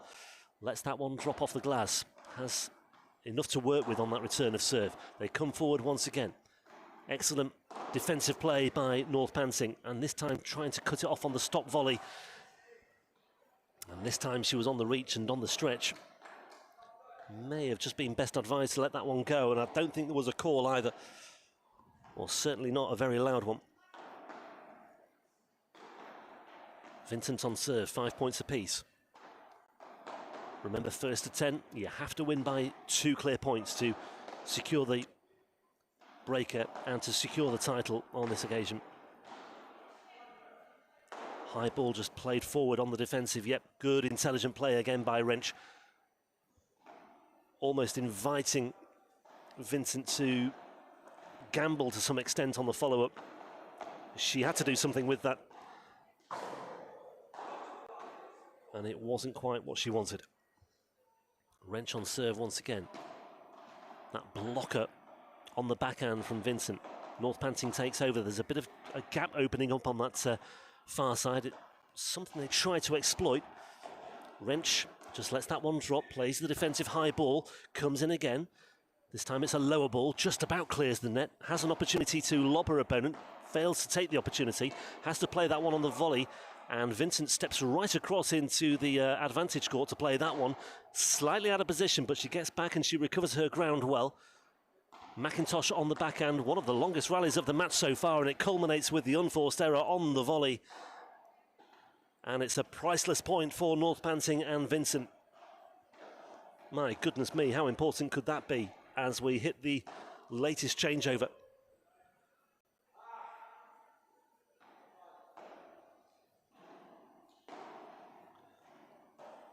Well, it could well be a very similar story to yesterday for McIntosh and Wrench. 12-10 in the final of the over 50s in the deciding champions tiebreak. And nothing in this one as well. May well go beyond the 10 once again if they want to go back to back, if they want to take home another title this weekend.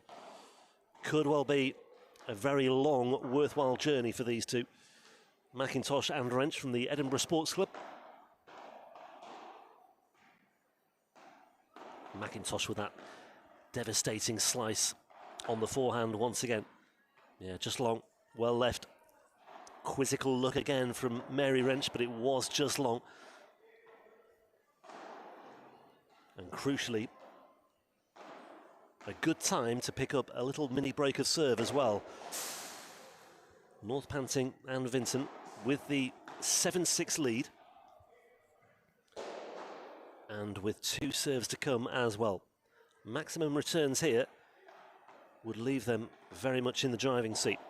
But that's a big if, given the state of play in this one. On the stretch, North Panting does well, just about. Has to chase back to the boards to pick up the pieces here once more. McIntosh plays the forehand on the overhead. Plays the forehand on a much flatter plane this time. Looks to be slightly on top here. Yep, and they've just lost their way again. It's almost a similar margin of error. Yeah, she's asking the question, but it was long. Looked long to me. Definitely off the glass first, but this is what Wrench is querying. Now, if they want, I mean, I don't know whether we are able to, whether we have the jurisdiction to intervene. I don't think we have. But they're asking us. We've offered some advice, shall we say, in terms of how that was called. I'm convinced it was out. The team alongside me, including the COO of UK Padel, has called it out as well. They're happy to take our verdict. They didn't have to. Normally, players are happy to settle this themselves, but I think at this particular juncture, this particular stage, that's what they've decided to do, and it is 8-6. Serve is long.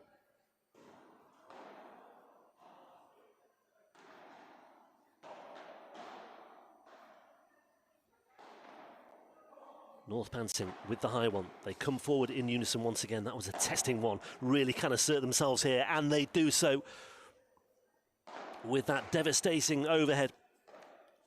Played it towards the feet of her opponents as well. That testing bandeka almost from Vanessa North Panting, and it brings up 3 championship points for Vanessa North Panting and Pippa Vincent. Big moment coming up here. Vincent on the return, plays it back.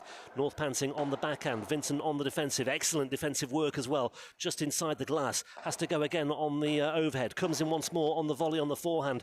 Really up against it now, the North Panting and Vincent partnership. They come forward once again in unison. Another ability to dig deep once again. Ooh, it's a tight one once again. They carry on this time. Could have been a case there for a point going the way of the team in black, but North Panting once again has to go down the middle this time.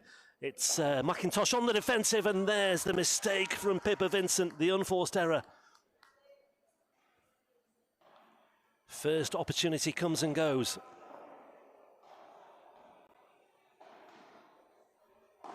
First championship point comes and goes, and there's another one saved as well. 6-9 becomes 8-9. My goodness me. Well, if they do win this, McIntosh and Wrench, they'll be doing it the hard way. But we have match point once again. Championship point once again for Pippa Vincent on her serve. Vincent on the overhead with the call. Puts in the smash down the middle. Has to go on the defensive on the backhand once again. There's North Panting with a succession of overheads into the court of Mary Wrench. Mary Wrench doing all the work here for the team at the far end of the court. She comes in again. She surely has to take this opportunity, and she does so. And 3 championship points have been saved. There's a gallery below us watching this one, keeping a very close eye on things. 3 championship points have been saved. And on we go. Another changeover, another change of ends. And, well, once again, Wrench and McIntosh happy to just instantaneously make their way over. No need for a conflap. North Panting and Vincent just taking their time, as they are entitled to do, just having a moment. They've got 1 serve to come, just to remind you.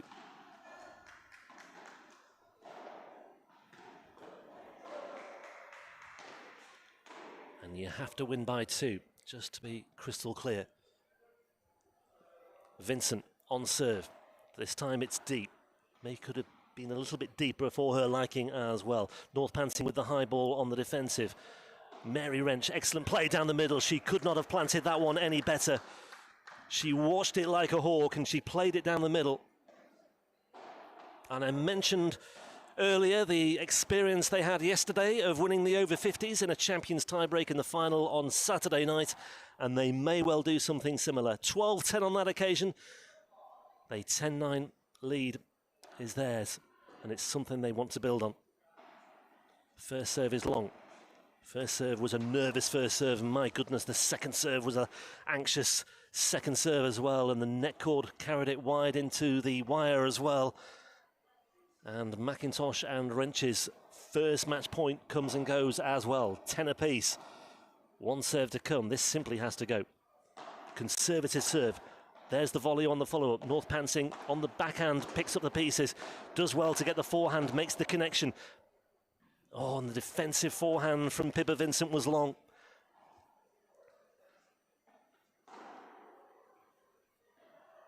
And it brings up a second match point for McIntosh and Wrench. North Panting and Vincent, remember, had 3 match points. They led 9-6, but it wasn't to be. Match point number 2 for McIntosh and Wrench. McIntosh with the return. There's Wrench taking over. Just that's again lets that one off the glass and watches it and plays it to perfection. She goes down the middle and she's done it once again, almost a carbon copy of the shot she played a short while ago. And once again it was telling and it did all the damage. And how about that for a piece of symmetry? McIntosh and Wrench winning the over 50s title yesterday, 12-10 in the champions tiebreak, and they've done exactly the same in the over 45s as well on this occasion, beating Vanessa North Panting and Pippa Vincent in the champions tiebreak by the same scoreline, 3-6, 6-1, 12-10.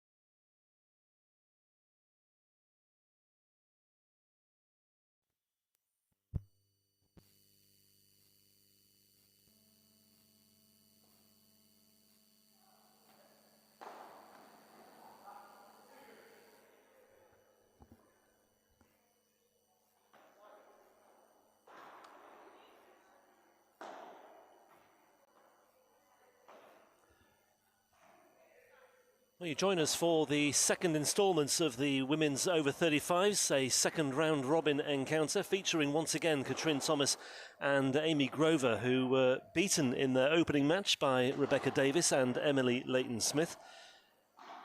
Thomas and Grover are making this one more competitive against Kaz Saker and Anna Sharp. One break apiece in the early stages of this one, 3 games to 2. But 15-30 on the Thomas and Grover serve. So acquitting themselves in much the way that we anticipated they would in this second round robin encounter. Davis and Leighton-Smith, though, seemingly the team to beat in this one in terms of the group as a whole. But Katrin Thomas on serve in this latest, or the 6th game of this opening set. But 2 break points for the Saker and Sharp combination, and they convert those opportunities as well, and they've opened up a 4-2 lead. So 2 breaks to 1 in their favour. 4-2 is the advantage now. We've had 3 successive breaks of serve after 3 successive holes of serve, so that brings you nicely up to speed with how this one has started off, the early stages of this second round robin encounter. Kaz Saker and Anna Sharp nearest to the camera. It's Kaz Saker who is serving. Signs that they are just beginning to get on top in this one.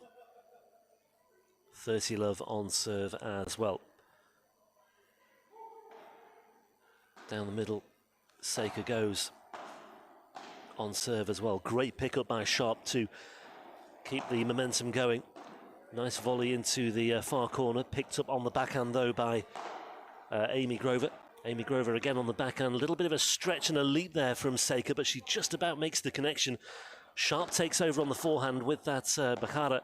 Has to come in again this time. Oh, she's got an awkward pickup here and she can't find a way through on that pickup.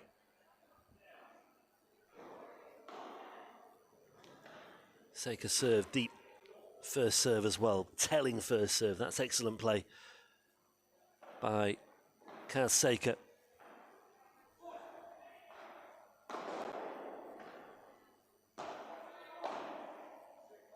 First serve was just long, so an opportunity to consolidate this second break of serve that they've been able to pick up. Down the line she goes once again. Touch of slice out wide. Sharp with the overhead. Then with the angled overhead into the opposite flank.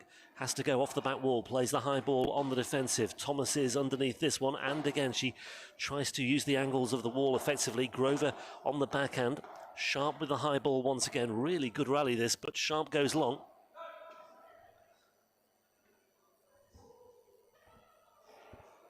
Saker down the line again. Good variation on the serve from Kaz Saker.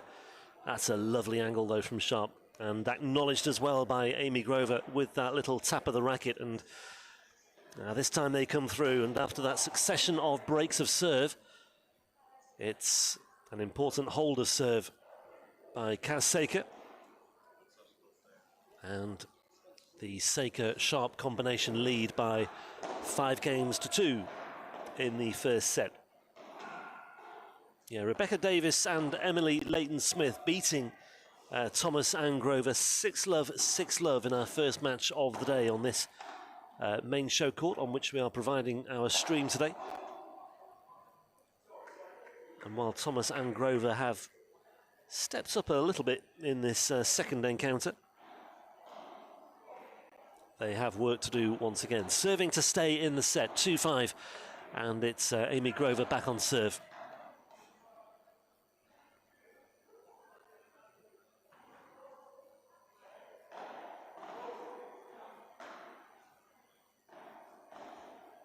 Well, Saker looks a little bit disappointed, shall we say, with the return of serve there. It was a bit of a nothing return, in all honesty. She seemed to mistime it. She's turned into a forehand position, though, on that occasion, and she's played a very effective shot as well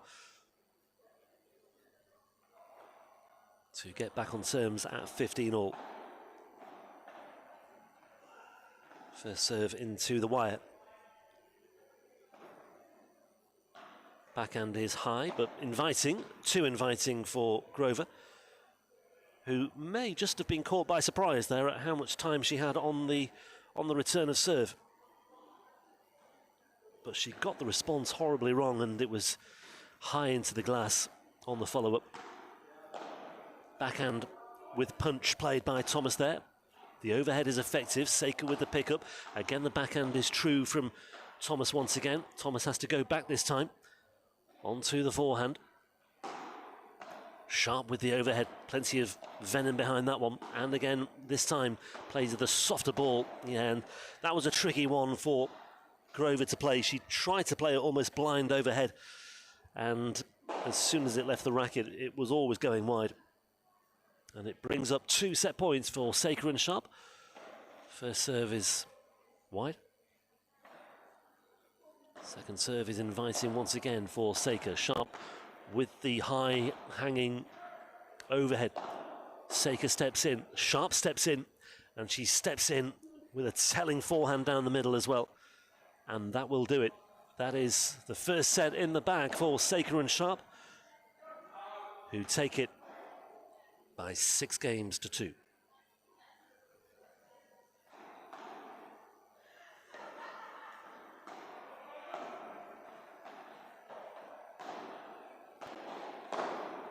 Seika and Sharp happy to stay in position for this opening game of the second set. They clearly want to carry on where they left off. They don't feel the need to have a changeover, or in terms of a rest between points.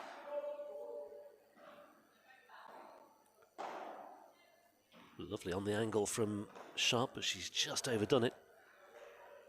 So just long, love 15. But just enough depth on that. 15 all, yeah. Just enough depth on that first serve on the second point. So, yeah, 15 all.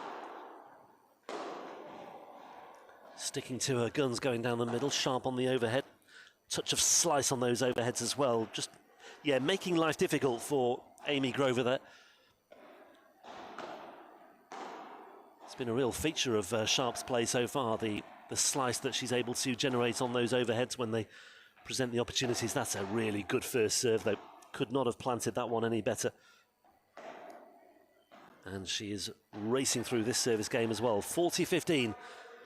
And the return is long into the glass, and that is the perfect start for Seika and Sharp on the Sharp serve at the outset of this second set as well. So it's looking good for Seika and Sharp. Just to remind you, if they do win this match, Seika and Sharp, it will effectively set up a winner-takes-all decider in this round-robin format in the women's over 35s, featuring themselves and Rebecca Davis and Emily Leighton-Smith. And it's a final that we may well be bringing you later. We've had 1 or 2 matches reshuffled and moved around, so we're not quite sticking to the original script in terms of the order of play and the court allocation, because other matches are overrunning or have overrun. But yeah, this is setting up nicely now for this second set. Seika and Sharp with the lead in this second set. 1 game to love. Thomas on serve. Sharp just had to scoop that one up and over. Good reactions from Seika, and again, that was an awkward pickup. Sharp stepping in on the backhand. Yeah, and she's drawn the error from her opponent there as well. Always a potential danger when you play a cross-courter of that nature, that the response will be drifting wide given the angle that was presented. Thomas with the overhead. Grover with the backhand finds the net. And this is where they will really have to watch their step now. Love 30 simply, I don't think, can afford to suffer another break of serve. They got the break back straight away when they did suffer the first break in the opening set, but they never really recovered from that moment on. Seika allows that one to spin away from the glass, and, well,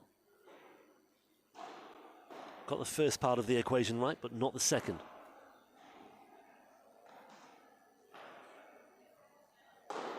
First serve is wide from Katrin Thomas.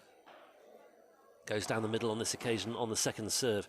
Seika with the backhand. It's a lofted one. Needed a bit more loft on that one as well, but she's done well to engineer a response there. And the second time of asking as well. It's relentless. Oh, it's into the glass. Just a little bit targeted from Katrin Thomas. She had so much court to work with, but she just kept on that line of attack directly towards her opponent, and she herself, Seika, did well to move out of the way and make sure she didn't make any connection with the body. 2 break points. Backhand off the glass, and again the unforced error. And this one is already in danger of slipping away from Thomas and Grover. And Seika and Sharp have the early cushion in this second set. They have the early break and they lead by 2 games to love. And it's Seika back on serve, looking to extend this advantage. First serve is bang on the service line. Good depth on it. Sharp with the overhead. Sharp's overheads have been really impressive in this match so far. Touch of slice down the middle on that one. That's a really good change of tack from Anna Sharp.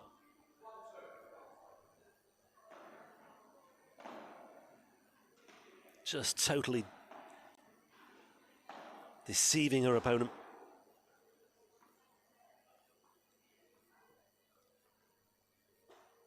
And wasting little time. Yeah, just catching the centre service line as well, and the return was long.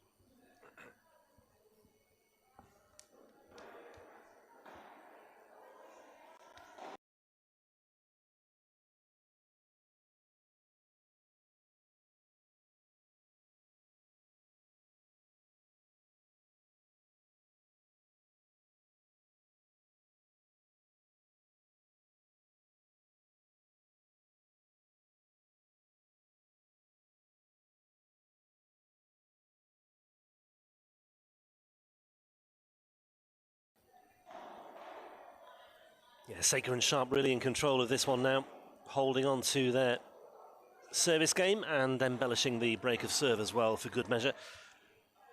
Apologies for my little break-up in commentary a short while ago. But yeah, looking good here. Seika and Sharp at 3-love. Thomas and Grover, simply no margin for error now from this moment on, you feel. Grover on serve. Yeah, good depth and good width, and this time on the serve. I think the problem here for Grover and Thomas has been the consistency on the serve as well. It was clearly a problem for them in their opening game against Rebecca Davis and Emily Leighton-Smith.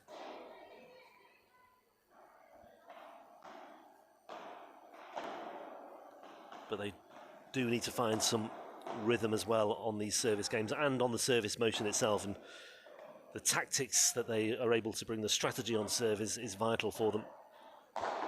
Another unforced error though. Better again on serve from Amy Grover.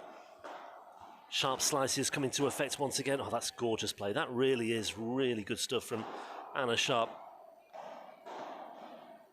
She's putting slice on the overheads, and then the slice on the ground strokes is so difficult to read at times. Seika with the return. Grover looking to channel this one back into the deep corners of the court. Nice angled overhead from Thomas. Yeah, did really well, and little wonder she gets the acknowledgement from her opponent, from her teammate on this occasion. She's angled that overhead nicely into position. Sliced overhead backhand return from Anna Sharp. There's the overhead again, and once more the glass has just killed that one, absolutely stone dead.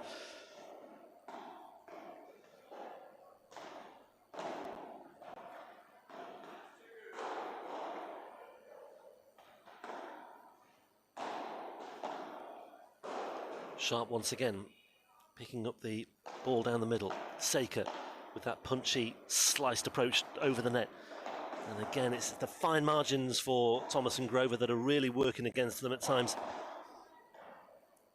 That decision-making just letting them down at the crucial moments. Again, it's a good first serve. Oh, that's cruel. Ah, that is really cruel. Off the tape, and despite the best efforts of Thomas to latch onto that one, it trickled over the net with a whimper of an apology, and Saker and Sharp are able to, well, come away with a rather fortuitous point and another game as well. I think that just about sums up Thomas and Grover's day so far, really.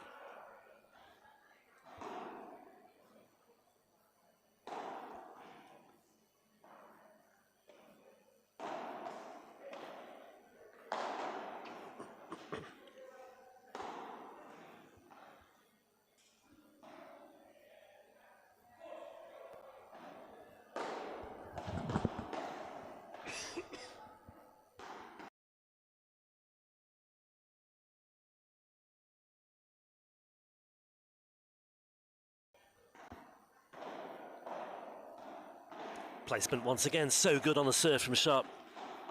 And once more, what a really strong service game that was by Anna Sharp, as they continue to really take control of this second set, and they're fast closing in on a win that would set up this winner-takes-all encounter with Rebecca Davis and Emily Leighton-Smith. 5-love, Saker and Sharp lead in the second set.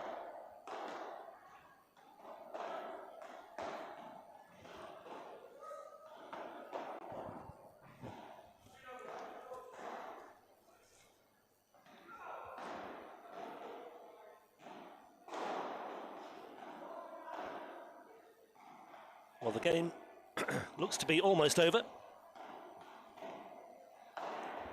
But once again, Thomas and Grover returning to the court after that changeover with a smile on their face, serving to stay in the match. Katrine Thomas. Oh, again, Sharp's positioning, her awareness, really effective. She seems to have a really good appreciation of the openings that are available to her. And once again, she's been able to exploit those gaps and just find those targets almost at will. There's the overhead slice as well. Good play by Saker to keep things going, and once more the error has been drawn. That bandeja from Anna Sharp really providing all the disguise that they need. Just couldn't move her feet quickly enough there. Saker.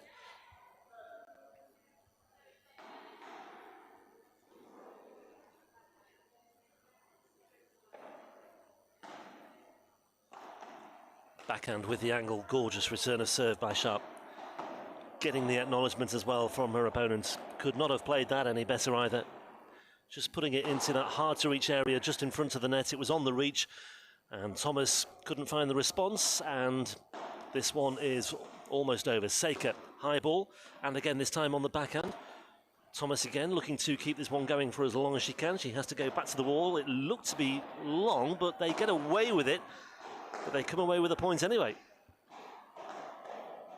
I think she may have been too honest for her own good there. I thought that was long, but anyway, they carry on. Sharp with the return. Putting that one into a dangerous position. It's hit the roof, and that is out. And that brings to an end another fairly one-sided encounter, you have to say. Thomas and Grover, I thought, acquitted themselves better in that one than they did in their opening defeat.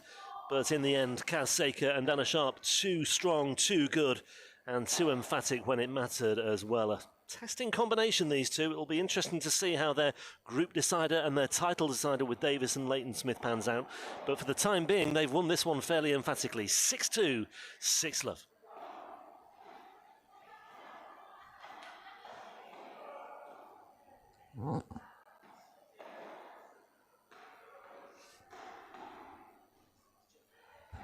Yeah, sorry about that. I coughed. Couldn't recover.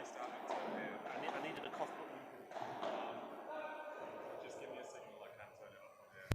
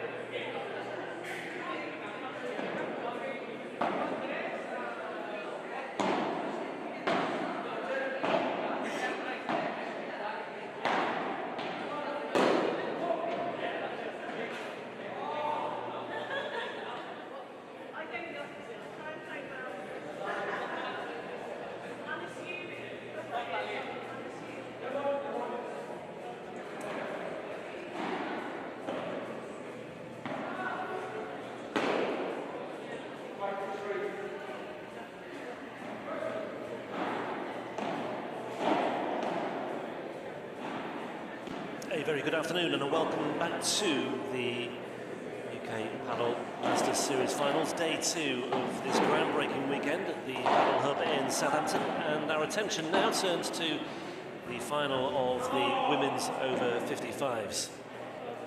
A short while ago on this court we saw the over 45s final. Victory for the Scottish combination of Desiree McIntosh and Mary Wrench, and maybe more Scottish success incoming as well, because this final features, nearest to the camera, Rosie Dennis and Ashley Mears, and their opponents Chrissy Runnels and Kathy Feingold.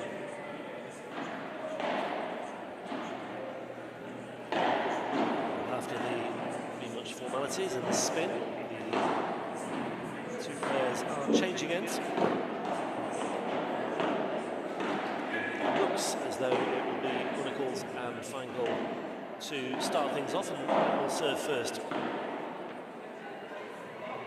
Runnels and Feingold, the round 2 winners of the qualifying heat in Fleet, just down the road in November 2025. Dennis and Mears, the round 1 winners in the over 60 category in Bristol in October of last year. So 2 sets of players, 2 teams with big credentials coming into this final match. This is the final decisive match in the round robin format. Both teams coming into this one with identical records, but it's effectively now a winner-takes-all situation. A 4-team round-robin group: Charlotte Thomas, Nikki Gruen, Gillian Smale and Helen Cowrick, the other teams in this particular bracket as well. It's Kathy Feingold who is serving first in this opening game of this group decider, this final eliminator effectively. Rosie Dennis on the backhand into the mesh. These 2 players representing the team at the far end, Dennis and Mears, just a combination that has worked so effectively, so successfully over many years now, both representatives of the Edinburgh Sports Club. They have represented east of Scotland at the UK County Championships. Mears representing the east of Scotland particular tournament, and the East of Scotland women team featuring Mears were semi-finalists at the over 50s in 2025, and Mears and Dennis were the over 60s champions in September of last year as well. So an abundance of success at county championship level, also in the Four Nations format as well for Scotland in the over 60s bracket in Leeds last year. They've come together once again this weekend. Rosie Dennis on serve.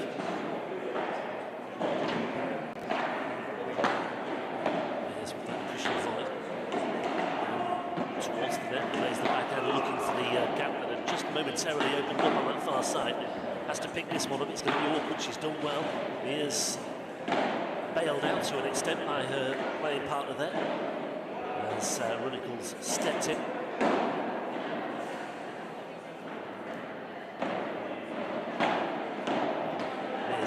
Flat serve and very aggressive. What a lovely touch that was, by the way, from Ashley Mears.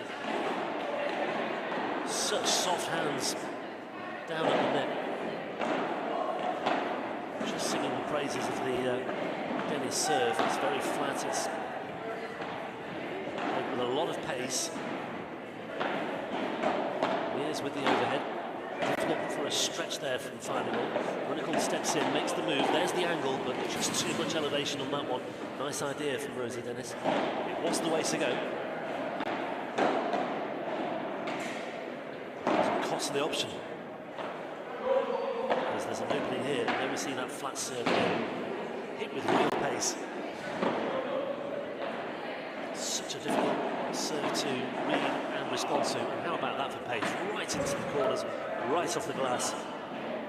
And 2 great points have been saved in fairly quick succession as well, thanks in large to this devastating serve of Rosie Dennis. It's a real weapon that she's got at her disposal. Softer on the second serve, a little bit more conservative.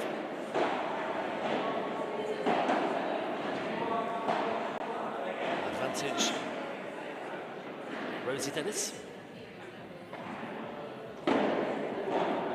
15-40 down, just see how much pace she plays this.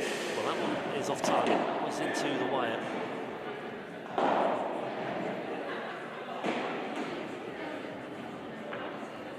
She's played that one with a much softer line of attack and a little touch of slice as well. Dennis steps in, good little punchy volley away though by Runnacles, and yeah, it's just carried by Mears. And back to Juice once again. Pace once more, off the glass this time. Feingold gets the response. Mears tried to play that one into the glass and up and over, but it was always going to be a tall order from that particular position. That's a really, I can't sing the praises of this serve enough. It's really such an effective weapon, and to produce it when she needed it most as well.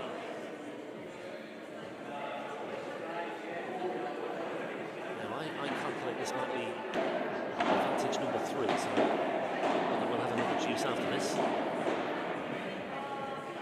The players are aware. That one, however, is wide. Yeah, it is game 2, the Dennis and Mears combination.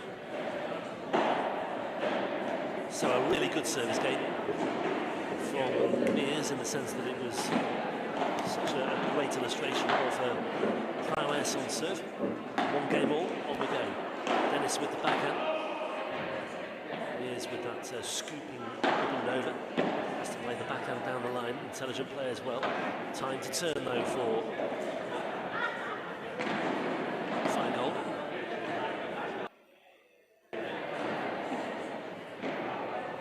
Chrissy Runnacles on serve.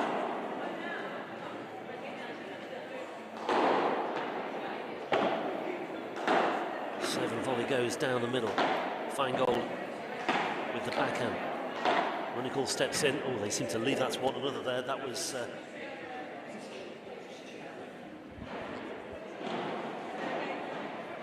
and there was just a little breakdown in communication as far as that particular passage of play was concerned.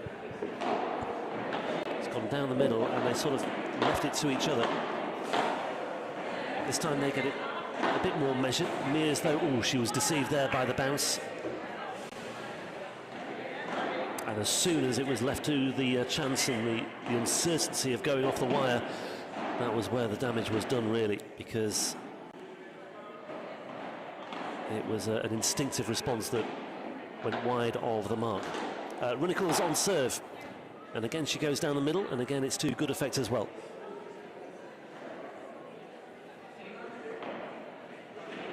Just a little debate about something there, but everything looks to be in order. Good service game though for Chrissy Runnacles, and it's another hold of serve and on we go. The Runnacles Feingold partnership lead by 2 games to 1. So beaten in the over 50s final yesterday, they'll be looking to make amends this time around. The round 2 winners from Fleet in the second round of qualifying for this one. The 4 stages of qualifying that we had over the course of the autumn and winter.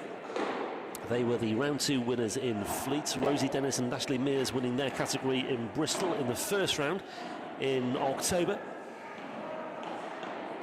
Like I say, they've had an abundance of success at county championship level and at Four Nations level as well. Real mainstays of the east of Scotland and the Scottish setup.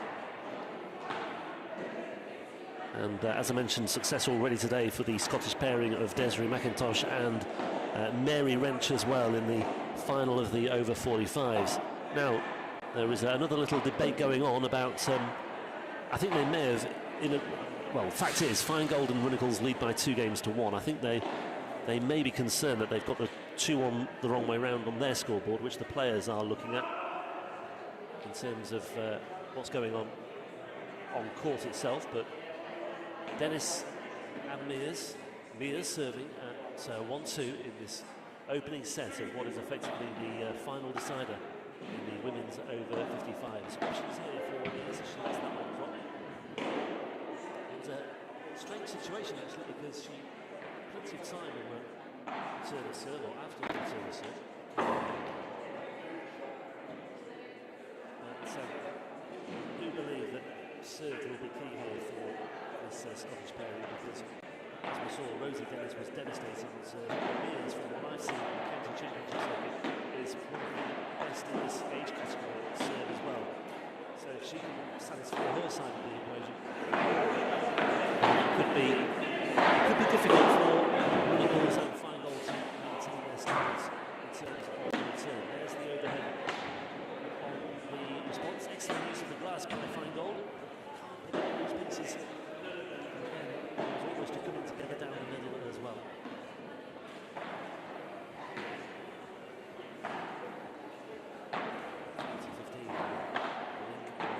Backhand on the overhead from Mears. Dennis comes in with the volley, and again, no coming back from that one whatsoever. And yeah, that was more like it from the Dennis and Mears combination. Their opening service game was a bit more drawn out. They were asked a few more questions, but no bother whatsoever that time around, giving too much away on serve. 2 games all, so nothing in this match so far, but you just feel as though Dennis and Mears are slightly the stronger of the two. Let's see how Kathy Feingold fares on her second service game, serving at 2 games all. Double fault to start things off as well, so an early slip up by Kathy Feingold. It's a rare thing is a double fault. An even rarer thing in paddle is a back-to-back double fault, but we are on the verge of one of those right now. Feingold gets it right on the second time of asking, but she's gone just long on the attempted pickup. And this is where Dennis and Mears can make their move, and the trouble is, because they are such good servers, when they do get that early break, if they do get that early break, they can be so difficult to rein in. Runnels with that cushion forehand volley. There's the forehand into the opposite flank as well.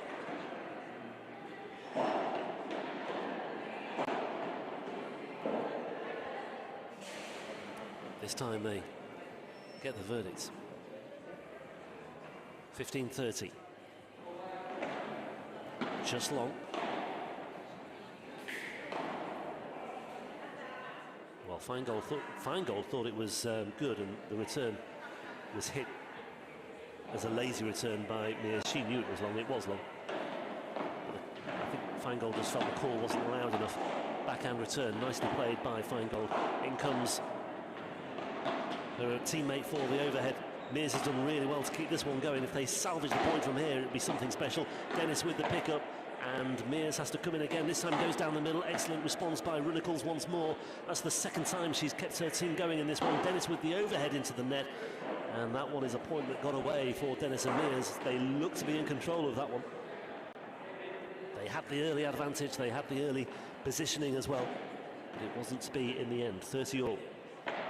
Nicely set up, great depth and great penetration on that first serve once again.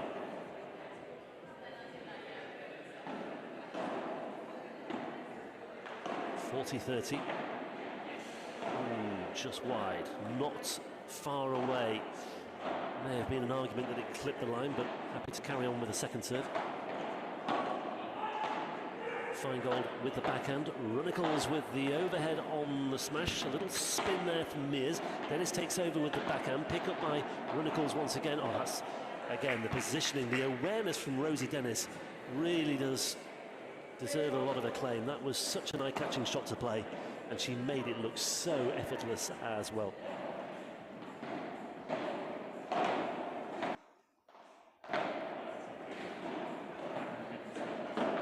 So deuce on the final serve. Dennis with the response. Mears off the glass, plays it high. Runnels with the overhead. Mears goes again, over the head this time of Feingold, who scampers back. She plays the forehand on that left flank, and this time draws the mistake from Feingold.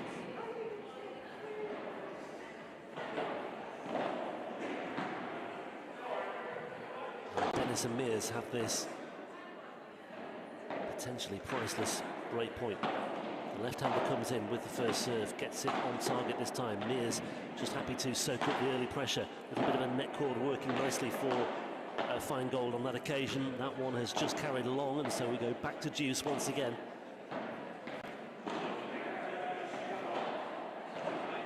Just a little bit of discussion going on between the pair of them as well about which way to, or which line of attack to employ on this occasion. Feingold this time goes out wide towards the glass, the left-hander, but the volley on the follow-up is into the base of the glass, and once again she'll have to watch her step here.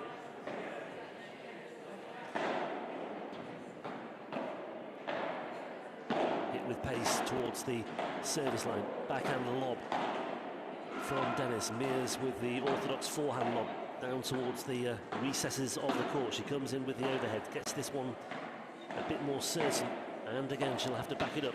A little bit tame, a little bit uncertain from Mears on occasion here, but she's come away with another one on the stretch. There's the backhand volley. Dennis is redundant at the moment here. It's Mears doing all the work, and she's going to have to step in at some point. There she comes in with the smash. Feingold with the response through the legs, off the glass again. Mears steps in this time, and can she get any sort of touch? No, she can't. And that was the points of the match so far. It goes the way of Dennis and Mears, and there is the early breakthrough. And given the way they've served so far, it may well be difficult to turn that one around. They lead by 3-2.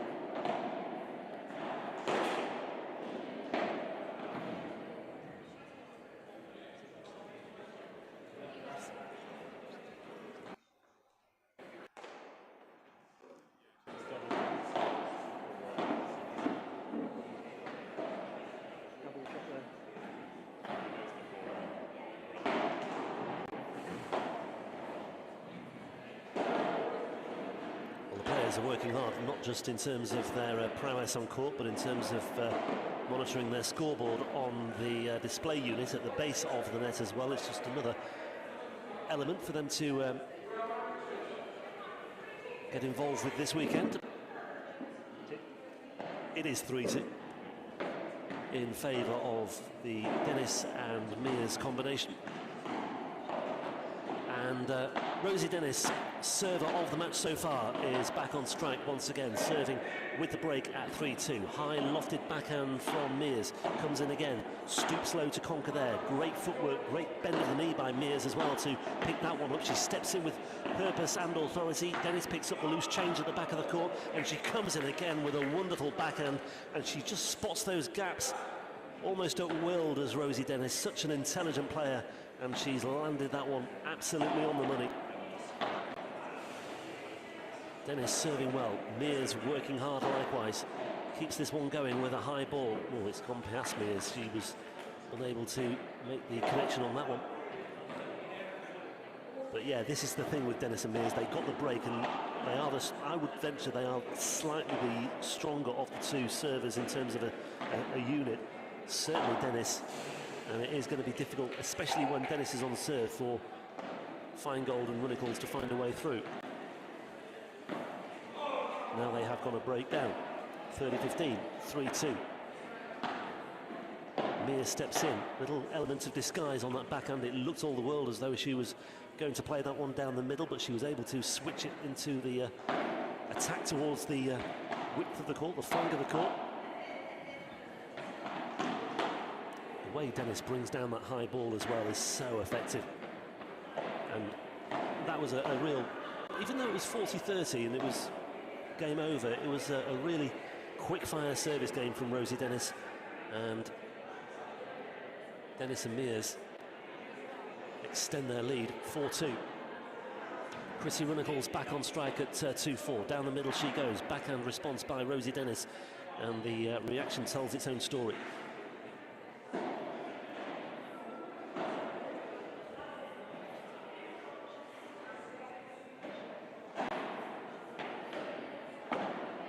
Backhand response by Mears. Almost played to perfection. Comes back towards the back of the court. Little punchy one off the wall. It's off the wire actually for Mears, but she reads that situation well. It could have gone anywhere, but she covered all bases with that one. Ooh, it's a bold attempt there from Ashley Mears. That's the harder that she was trying to play there. That one has, I thought, just clipped the line, maybe just wide. No touch, no complaints. On we go, second serve.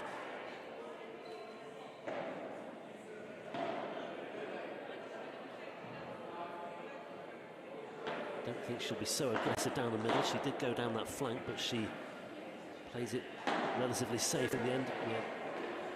The ricochet off the wall actually bounced back into the midriff of Ashley Mears. 40 love. And doing a good job so far of not allowing this one to get away from them. Lovely cushioned volley, just enough height on that one to take it over the head of Feingold. Mears with the volley comes in again. Once more, tried to think about the soft hands approach, but she didn't really have the opportunity. That one is out of bounds from Chrissy Runnels. The loose ball is returned.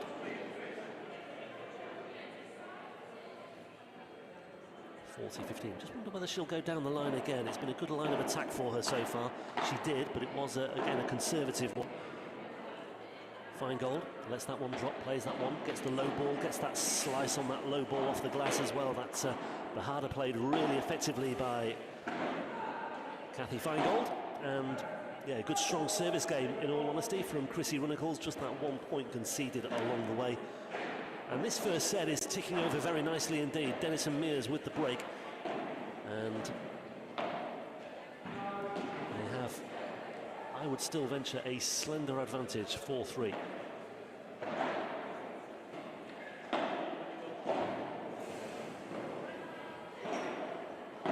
Well, the Padel Hub Southampton is the venue this weekend for this groundbreaking weekend of UK Padel. Inaugural UK Padel Masters Series finals, the culmination of 4 rounds of qualifiers, billed as the highest level of age group competition in British Padel, travelling the length and breadth of the country and even over to Murcia in Spain for one of our qualifying rounds as well. And I'm sure it's a format that will be embraced and one that will perhaps expand over the next few years or so. Mears on serve at 4-3 in this second set. Dennis hasn't touched the ball in this particular point so far. Mears doing all the work, and she'll have to do more work as well, because that one has just hit the turf before it bounced off the glass. Runnels tries to play the soft ball. Over the head it goes once again, and yeah, drawing the error really effectively from Ashley Mears.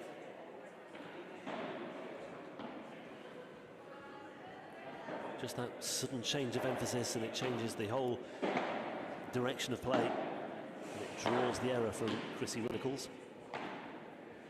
The volleying at the net from Mears has been really effective at times today as well. I think I get the impression it's something she'd like to do a lot more if she could just engineer those positions, but her soft hands at the net really do catch the eye when she gets the chance. There's a sliced, punchy approach down the line this time. It opens things up momentarily, and there it is once again. Rosie Dennis didn't have much to do in that one, but when it came to the killer touch and when it came to the winner, she was able to find a way through once again. Mears, 40 love on serve. Runnels with the response. Mears with that slight slice on the response. Dennis, too much on that one. It was far too close to the body of Chrissy Runnels, who could not move away from that one in time. And that is a hole to love for good measure as well. And that is a big, big step in the right direction for the Dennis and Mears combination. Runnels and Feingold serving at 3-5 now in this first set. Dennis plays the high ball. Ooh, Feingold has been lured into that one as well.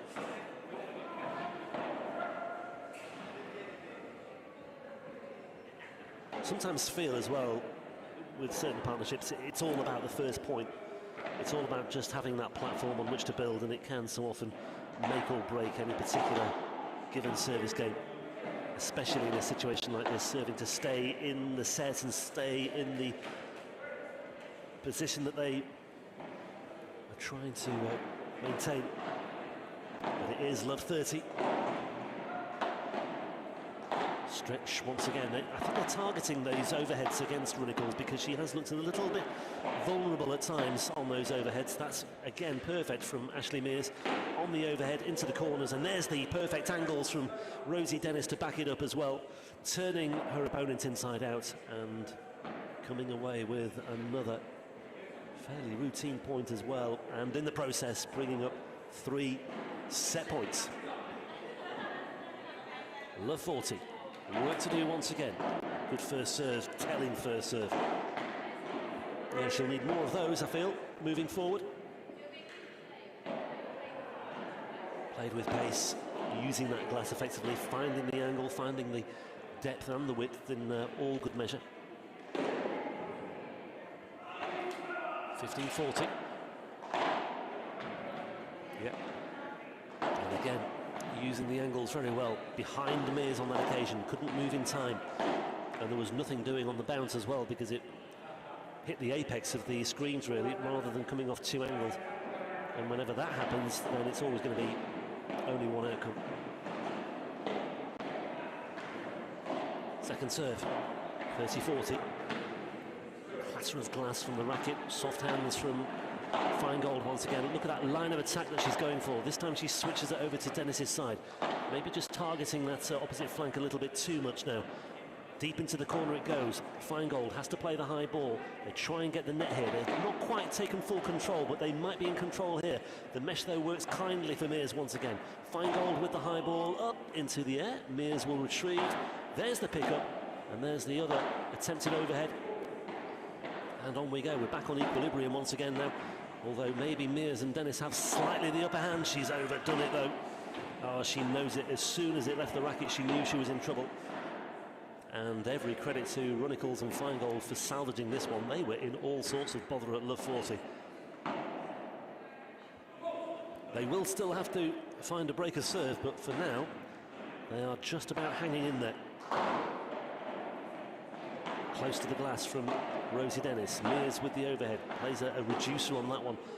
Dennis again. Oh, she's been so good at that. That disguise where it looks all the world as though she's going to go either into the opposite flank or down the middle. She suddenly just switches the emphasis and she plays the backhand almost on the reverse side. Mears penned in on that backhand side. Goes on the forehand this time. Has to swivel and turn because that one didn't clear, and that one doesn't clear the net either. And Dennis and Mears, well, it was hard work in the end, you have to say. They had 3 set points which they weren't able to capitalise on instantly, but in the end they were able to get themselves over the line in that one, and they take the opening set by 6 games to 3.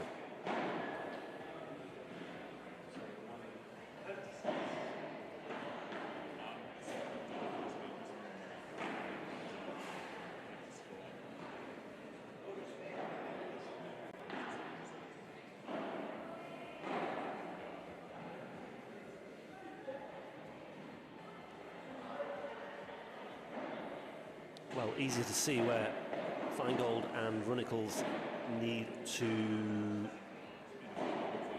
make amends or make changes. You feel they simply have to find some sort of way to respond to the service games of Dennis and Mears. Dennis in particular, who has served so well, and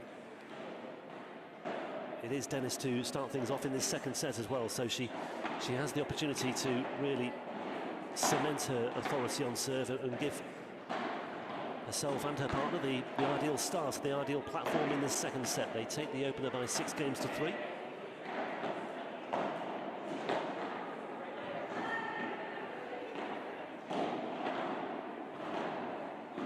I think the question may well boil down to whether she can sort of maintain the levels, the standards that she's set on serve as well. We are down to a second serve here. That was a very short second serve. But yeah, they're able to make hay with that as well, Runnels and Feingold.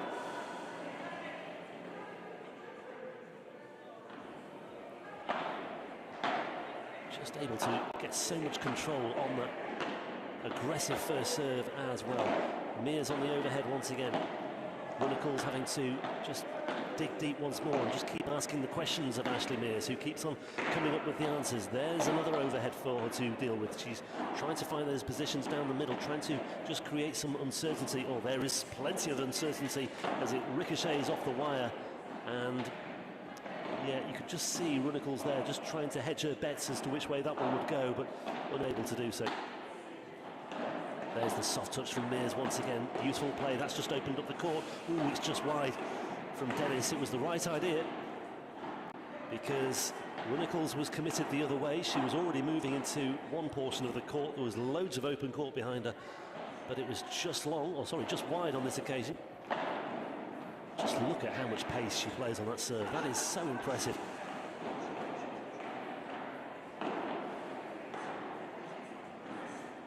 Little wonder this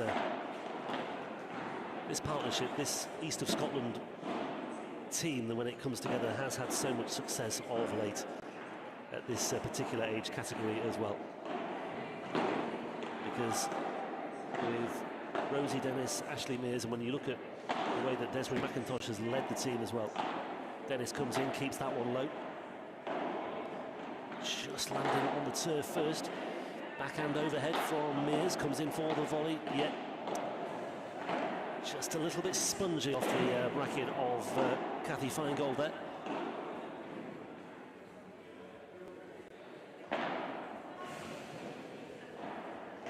Well, she's been taken to deuce once again, has Rosie Dennis, but will she survive another examination? Ooh, just wide.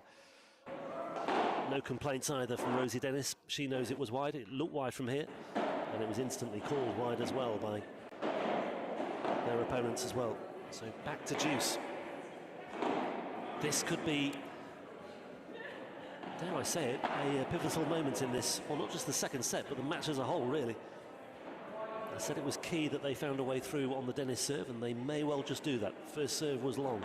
Second serve is much shorter. No chances taken there. Dennis goes for power down the line. Once again, she whips up that forehand, targeting Feingold on this occasion.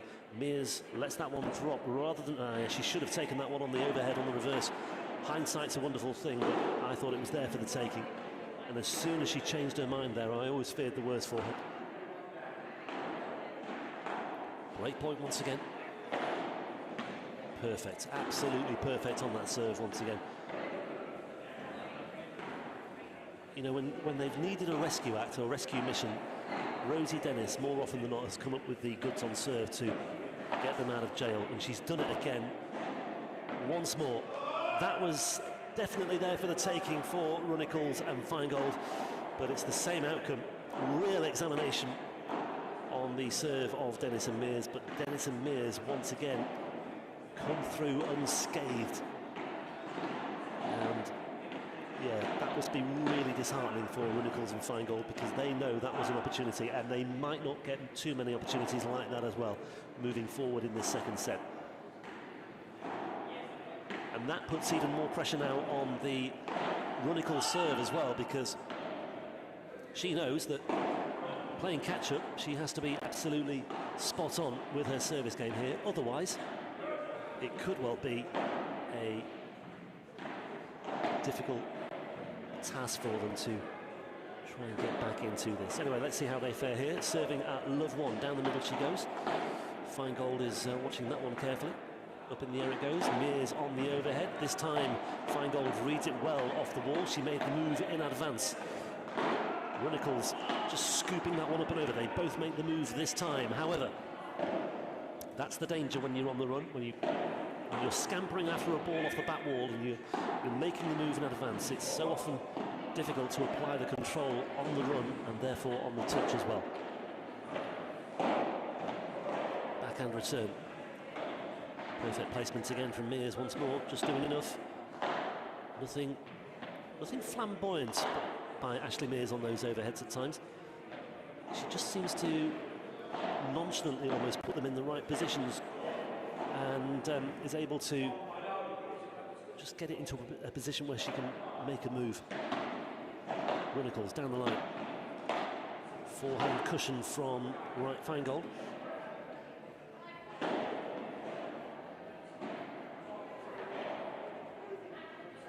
I said there was pressure on this service game, and there is.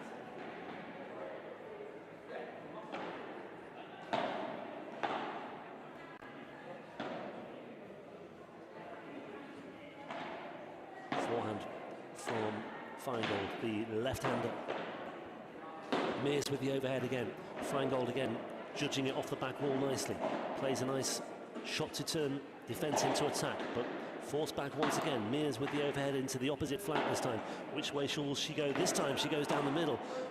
Gets away with it. Once again, Feingold reads it well. Has to turn back into position. Dennis takes over. Little touch off the net cord. Mears steps in. Soft hands down the middle this time. Oh, and Feingold has hooked it wide. And it was all about the net cord there. The whole passage of play, the whole nature of the point changed dramatically there.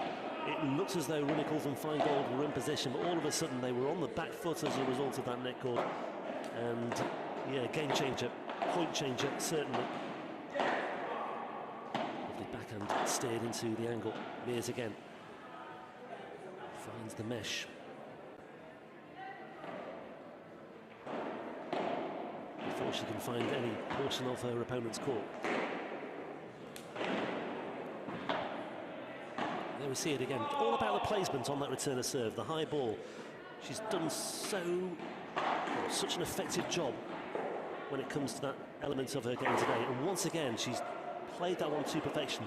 Just that zone of uncertainty right underneath the glass for Chrissy Runnels. And it's a break of serve. And it is 2-love for Dennis and Mears.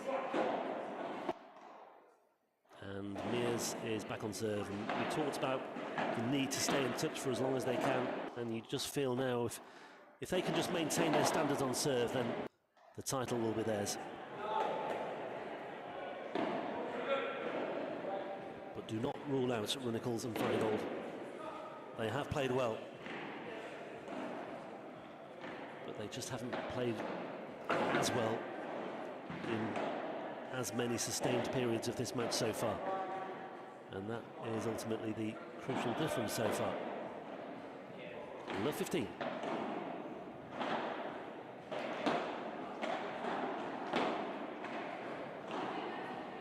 Mears had the time to play that one orthodox on the overhead. No need to use the glass, but she has found the glass on the follow-up on that forehand. She tried to bring that one down onto a lower plane.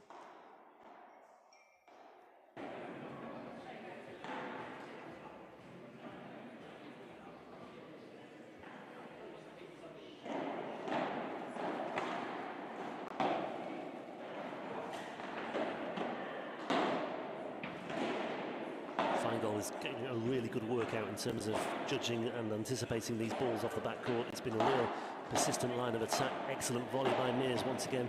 Good pick-up by Mears, and once again she finds that depth that she's able to employ once more. Both of them went for the same ball. Mears confident on the backhand once again. Slightly angled approach on that backhand. Mears takes her time with this one. Just seemed to stand still momentarily there. Runnels steps in. Dennis. Too much.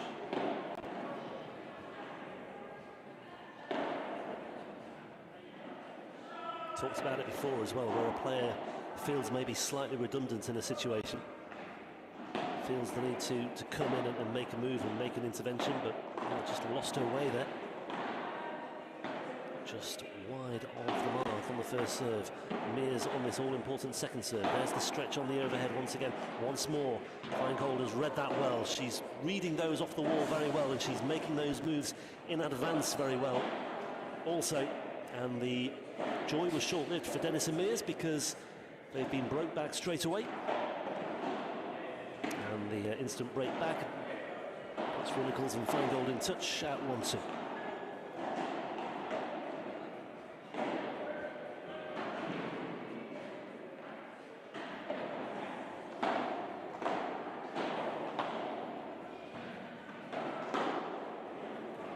Well, if you are new to paddle and you are living in and around the Scottish capital, then you'd do a lot worse than to join the Edinburgh Sports Club, because it seems to be a breeding ground for success in terms of the players, especially the female players that they've produced over the past 2 years or so, especially in terms of this age category as well.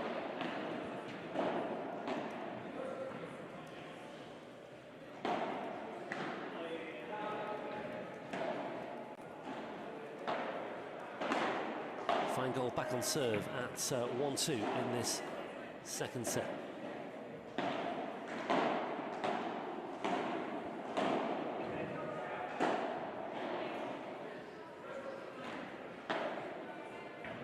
Long on the first serve.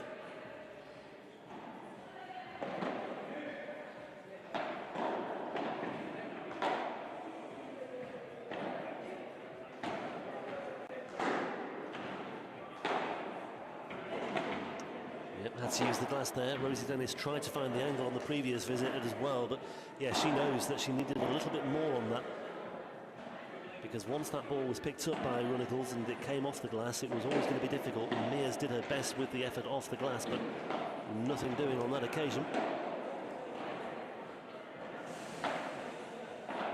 Good depth on the first serve. Feingold with the response on the volley. Tame, though, uncharacteristically so from Dennis on the backhand.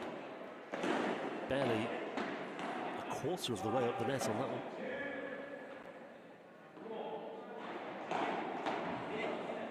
Yeah, serving well.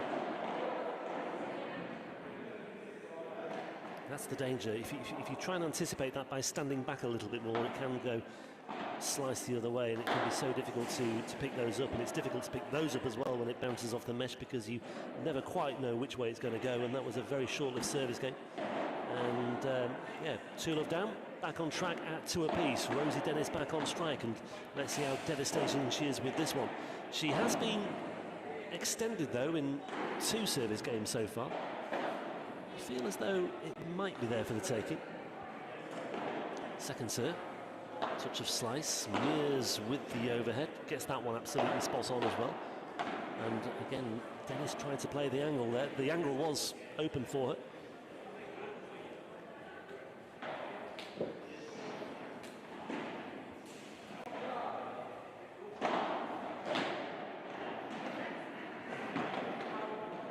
Mears with that high ball needed a bit more depth on that one. It was a little bit inviting there for Feingold.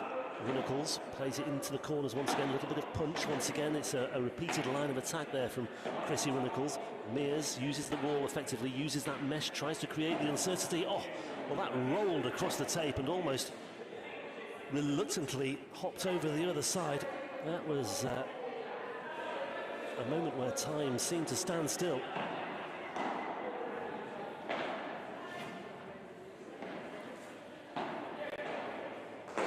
Second serve for Dennis once again, once more. That second serve, just that little element of slice out wide into the glass, just taking it away and just planting that uncertainty in the mind of the returner. Good stuff once again.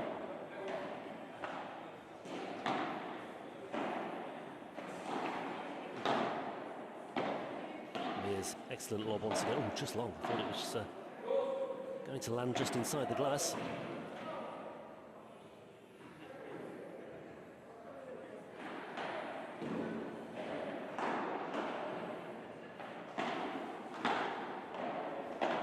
Dennis steps in, Mears takes over. Needed a bit more on that punch on the backhand volley. Mears down the line, that was the target that she was looking at there, and even though it didn't quite find the target, she was able to draw the mistake, and Rosie Dennis and Ashley Mears get their noses back in front in this second set. It's a very tense second set, though, you have to say, but they lead it by 3-2.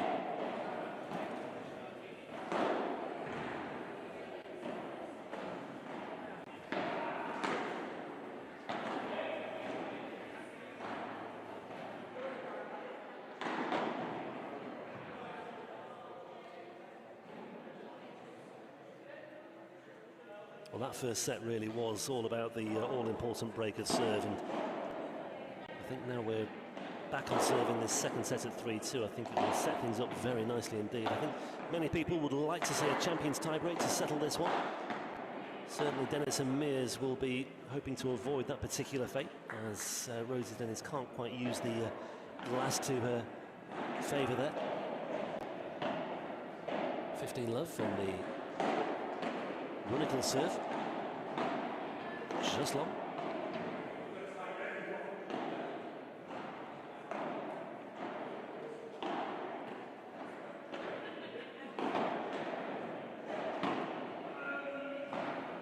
Feingold watching that one very carefully, gets the measure of it nicely as well. Mears this time on the reverse overhead on the backhand, stretching on the forehand on the overhead, letting that one drop. That's the only way to go. She's penned in into the corners there. She's going to have to pick this one up from a fairly awkward position, and likewise off the wire as well.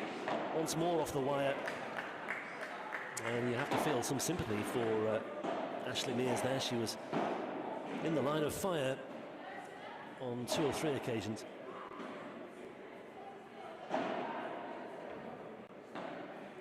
Love. Perfect return from Rosie Dennis. There's the smash from Mears. Comes in again, right at the feet of her opponent. She'll go there again, and she'll put this one up and over.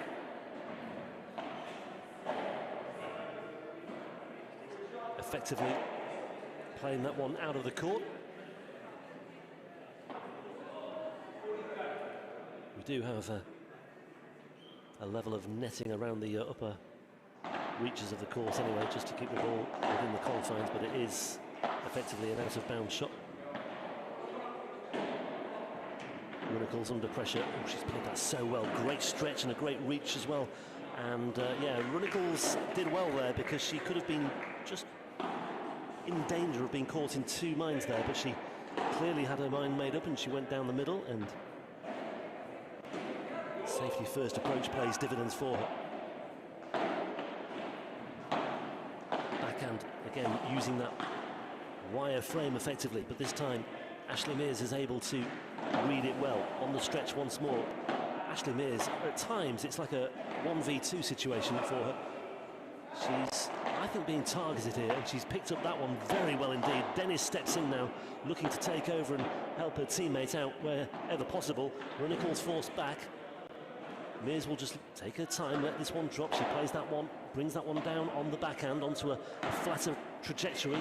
Little awkward one for Mears to deal with there. She's picked that one up very nicely as well. And once again, it is just persistent stuff. And Mears, once again, just seems to run out of steam there. And clearly, a tactic coming to light for Runickel's and Feingold. It's targeted.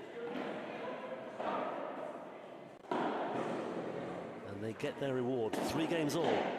Mears on serve.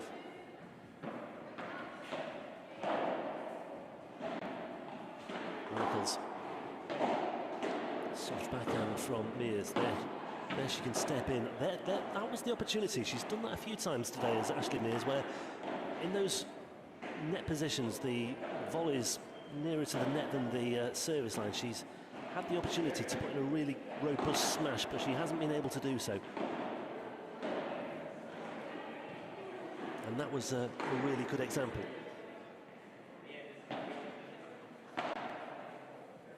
Reverse backhand on the overhead. Has to go on to the forehand volley this time, and again on the stretch, but she's missed that one completely. Maybe put that one down to a lack of, or a loss of concentration.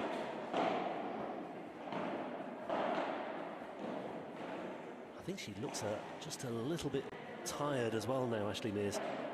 The way she just flailed the right arm up for that one, almost a resignation shot really, but on serve, no damage done there either. She's, I think, quite keen to keep some of these points relatively short-lived if she can. Well, certainly when they are short-lived, she's, I think, grateful for them. That's more like it.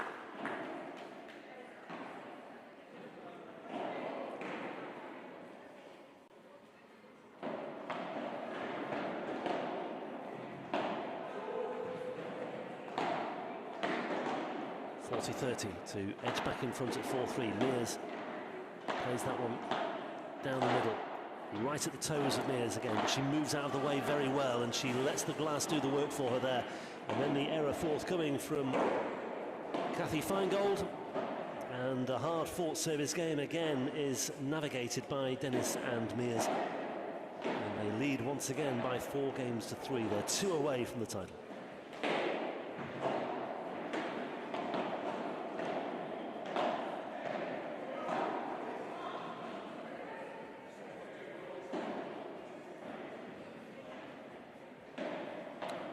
Well, you would rather be in the shoes of Dennis and Mears right now than those of their opponents, because it is tense, it is fraught for them, and the dangers are still there for them, but just doing enough at the moment to keep their opponents at arm's length.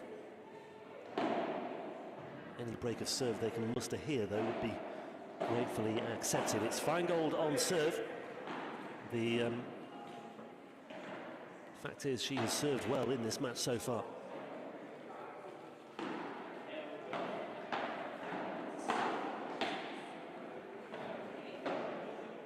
Scooped up by Mears, who maybe just took an extra step back there, then needed to be a little bit tighter to the glass. But by the same token, you can't really afford to get too close to the ball in flight, because of course you'd lose the point if it were to touch the frame of the body.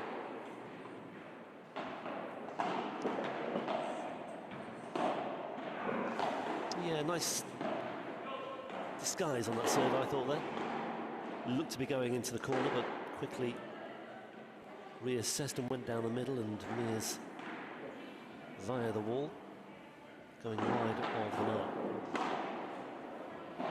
Well, I said Feingold had served well so far in this match, and she's serving well in this one. Potential hole to love incoming. Down the middle she goes again. Mears once again uses the wall, lets the wall do the work, comes in once more. Good reactions from Mears this time. Looked to be a lost cause. She looked to have lost her balance and lost her way there. Once again, she's in the firing line here. And this time it's the net cord that doesn't work in favour of Feingold and Runnels.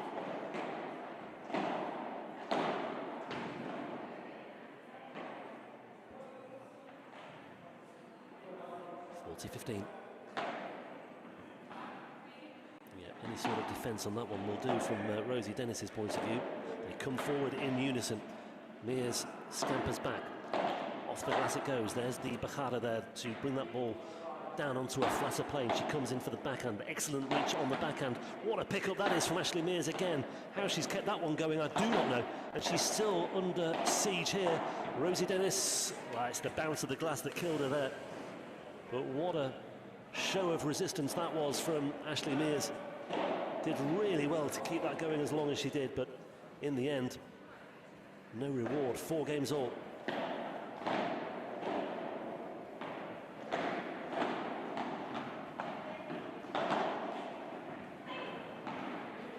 there's so much room to work with there, surely. They've got to find something with that, yeah. Once again, they get the benefit of the net cord as well. They have had, people do say these things even themselves out, but I think in this one, it hasn't.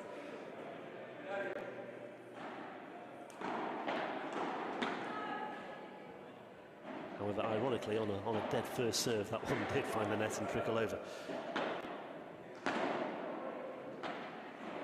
Well watched by Feingold. Oh, Runnels just knew where she wanted to go, but she couldn't dance in time to the beat there. It was just beyond the reaches. Rosie Dennis, trademark service game coming in here. And a trademark first serve as well, finding its target, and looking good so far.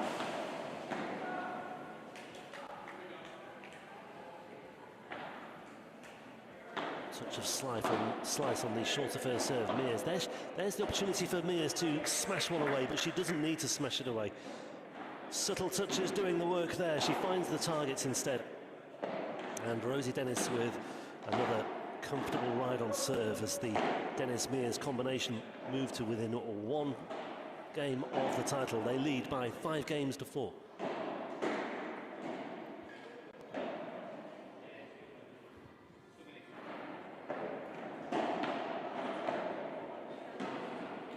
Well, a reminder that if this one keeps on ticking over, we will go to a second set tie break at 6 games all. as is the situation in tennis, and if any tie-break in the second set goes the way of Runnicles and Feingold, then we would go into a champions tie-break to ultimately decide the third set and the match. However, Dennis and Mears may well be harbouring ambitions of wrapping this one up here and now. 15, 3 points away from the title in the women's over 55s. Mears on the defensive, on the backhand. Might just be opening up here. Got to be careful here, Mears. Lets that one drop, but comes away with another telling lob. Oh, and this time they do get the net cord. Maybe they do balance things out after all. Proving my hypothesis of a few moments ago. But my goodness, they needed that, I've got to say, because otherwise, love 30, and Dennis and Mears' eyes would have collectively lit up there. Mears, once again, showing great variation, just keeping her opponents on their toes. Dennis playing the high one, Runnicles with the angle drive towards the middle of the court. She has to go in again. That was hit with real venom, and yet once again using that wire frame very effectively.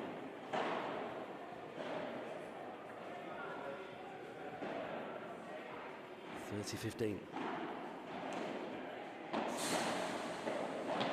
Down the middle she goes.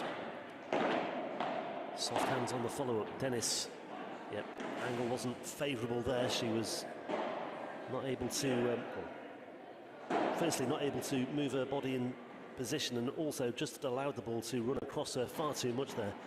But it was travelling at pace, and that was a really difficult one to navigate. 40-15. Looks as though we are going on in this second set at 5 games all, and indeed we are, because Mears has found the net, and this intriguing second set continues. It's gripping stuff, it's enthralling out there, and still no way through. 5 games all. Mears back on serve. Dennis with the smash on the overhead. Perfect on the angles once again. I would venture, if Rosie Dennis had been in the positions where Mears was on these smashes close to the net, I think they would have been in a much better position. She seems to have this ability to find those angles in those situations almost at will.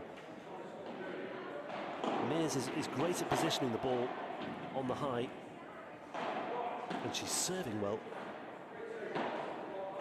And her defensive work has been absolutely exemplary as well.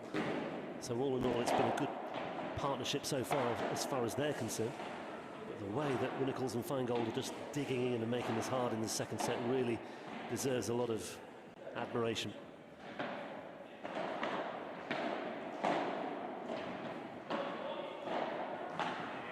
Yeah, drawing her opponents into that one. And that's exactly what they needed. Runnicles and Feingold had a relatively hard-fought service game prior to that one, but Mears has just raced through that one, and that sends out a little bit of a message, I feel, as well. Just puts them back on the back foot once more, feeling pressure on serve, serving now to stay not just in touch, but also to stay in this final. This would be such a cruel time to lose your way and to lose your serve. They've held it all together so well for so long, but this would be the perfect moment to make their move for Dennis and Mears. It's Feingold serving to stay in the match, 5-6. Otherwise there is a tie-break incoming. Maybe all about the first point. Rosie Dennis, backhand high, met easily by Runnicles. Runnicles, great pick up again by Mears. Once again, her defensive work has been absolutely spot on in the main today. Not quite able to control the net just yet. Mears goes back again for more. This time turns onto the backhand, tries to find those angles once again on the overhead. Ooh, awkward stretch there for Feingold, awkward stretch for Mears. Dennis may have time here to assess her options. She goes down the middle. It's a good pick up by Feingold once again. Dennis steps in, finds the angle once more. Could not have played that any better. It's effective use of the angles behind her opponent once again.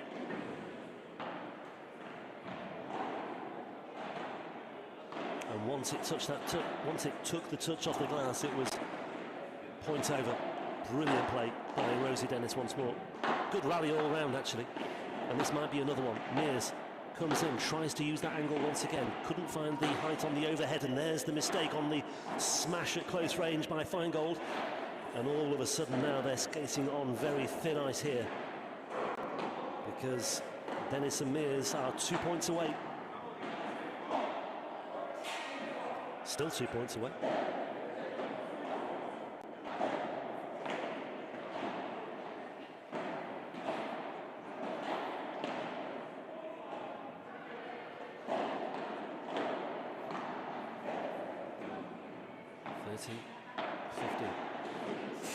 Sorry, 15-30.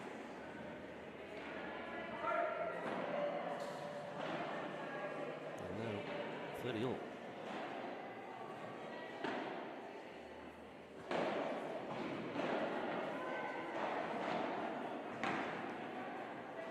Well, Dennis and Mears can't really afford to lose sight of the fact that nothing's changed really. They're still 2 points away. That's how they may be looking at this situation. Maybe could have been a bit more on that from Runnels. That's a testing one from Feingold. She had to go low, she had to angle the racket in such a way, but there was always too much elevation on that one. And that unforced error brings up match point. Soft hands, no, they go robust down the middle. Runnels doing all the work at the moment, stepping in. Mears using the feet, can't quite generate the space though.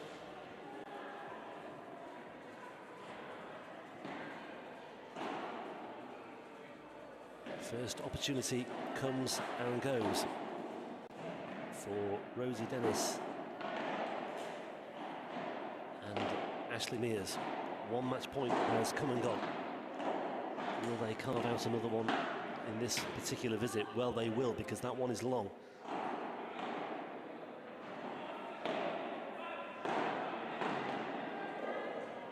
It's been a really good match, this.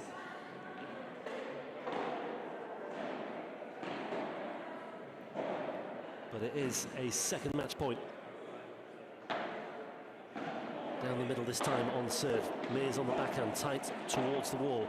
Back they go. They've almost got control at the net here. Dennis has to go back off the wall though. Plays that one low. Uses the angles very well again.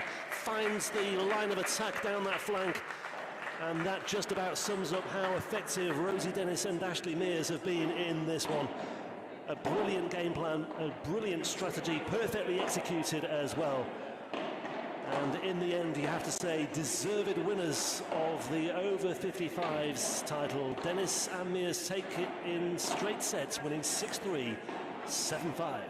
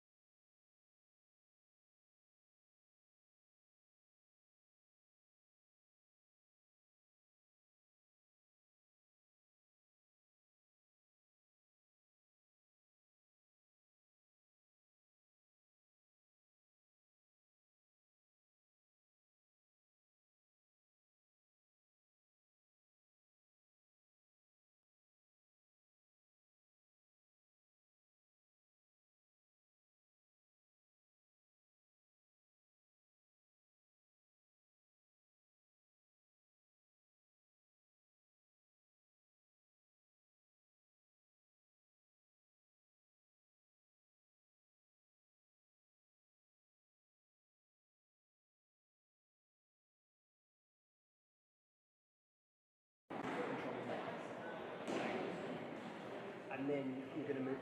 I think that's what I'm going to do. Or I'm going to move to the left.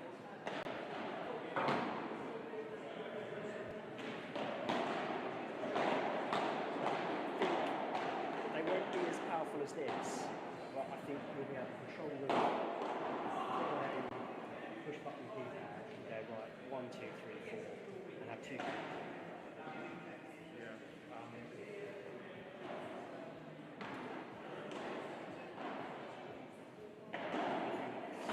I think from the same height, you can get one of these to that same height as that.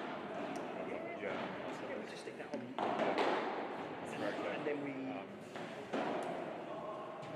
Yeah, I think that's what we did. Yeah, that one's just a weird phone. I feel like you can't really see it when it's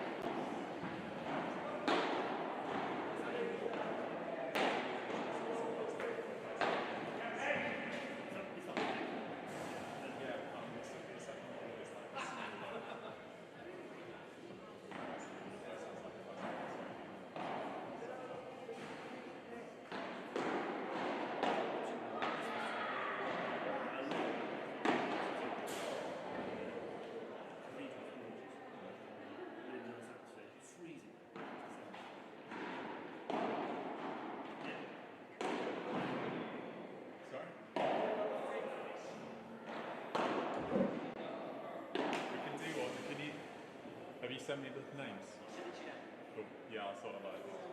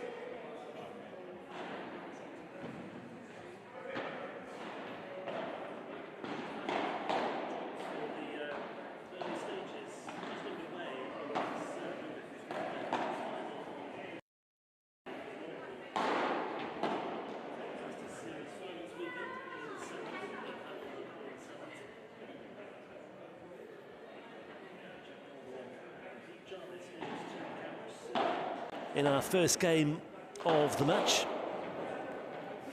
Colborne in the white cap on serve in the opener as well. Let's just see how this point plays out as well, because every point so far seems to have been an eventful one as well. Nothing doing on the defensive there from Pete Jarvis. And that one is out of bounds, and it's an early break of serve as well for Chris Simmons and Paul Johnson, who take the opening game. So a first break of serve, and we are underway in our men's over 55s final. Chris Simmons and Paul Johnson will return to the court, nearest to the camera. And at the top of your picture there, we have Jack Colborne in the white shirt. In the white cap, and in the white shirt we have Pete Jarvis. Nearest to the camera then, we have Chris Simmons, who's in your picture there in the blue shirt, just picking up the loose balls at the bottom of the court, and his partner is Paul Johnson, and it's Johnson who will take over on serve in our second game of the match. We are off and running then in this men's over 55s final. Lovely first touch from Johnson there as well to drop that one short. It was a nice soft shot.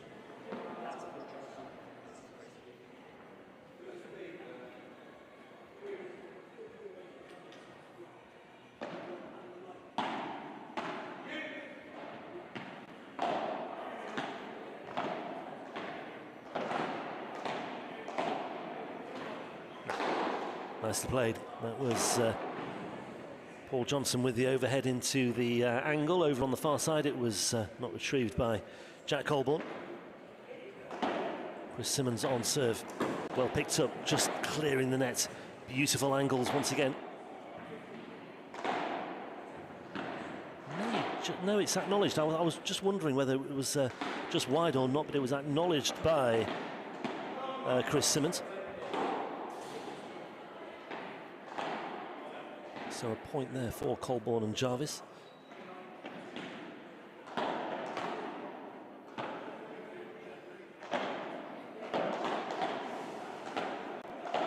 Good instincts on display in the course of this match already, but just a little bit careless on the overhead from Paul Johnson there.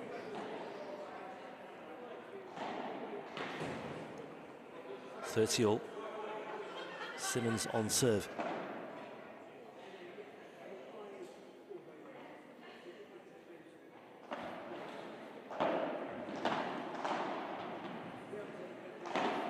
Nicely on the stretch, using the wire mesh straight into the backside of Pete Jarvis as well. Nothing he could do about that one.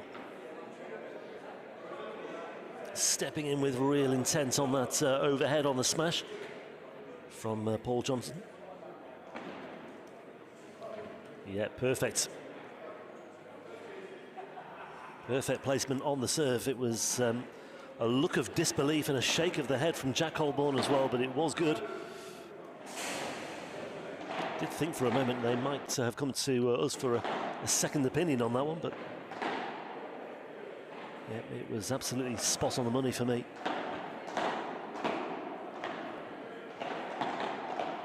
Good instincts once again, but Paul Johnson just losing his way in the final reckoning.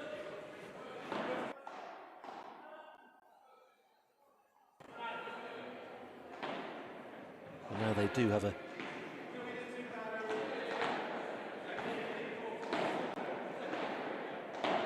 well, I thought it was juice.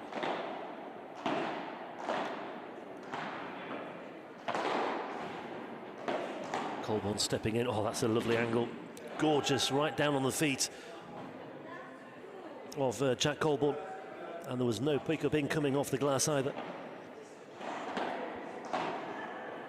Yeah, really good, effective play on serve. That's a really good service game by Chris Simmons. That was a tough ask, and yeah, he's done well to navigate that one, and they've backed it up. They've got the early break, and they've consolidated that early break with a hold of serve to lead by 2 games to love. Jack Colborne on strike now, on serve at the other end of the court there. Pete Jarvis on serve in the white shirt.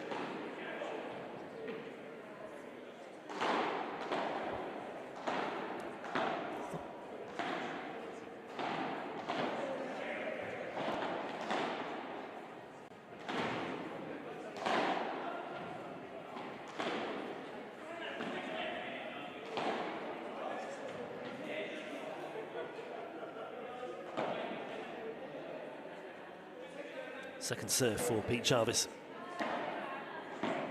There's the pickup. Oh, there's the angle once again. That angle has worked out really nicely so far for Chris Simmons.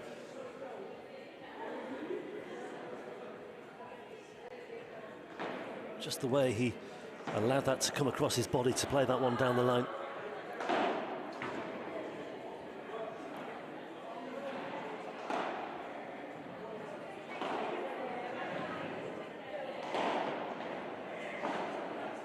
So many close, tight calls there. I think that was just long on the previous one. But that is game. And Colborne and Jarvis are off the mark. Jarvis holding serve there. Quick fire service game to get on the scoreboard at 1-2. Well, Colborne and Jarvis were qualifiers for this tournament, the Masters Series finals, by virtue of their run to the final of the third round of qualifiers. That took place in Harrogate earlier this year. That was in January. They got to the final of the over 55s. They couldn't quite take the next step. Chris Simmons, by the way, has been in action already this weekend. He also took part in the men's over 50s with Chris Putland, but they fell short in the semi-final yesterday, losing to Scott Brotherton and John Gotka. And Brotherton and Gotka it was who came through in the end in the final against David Thomas and Andrew Warren, winning that one 10-8 in the champions tiebreak in the third set. Paul Johnson on serve now for a completion of the serving cycle.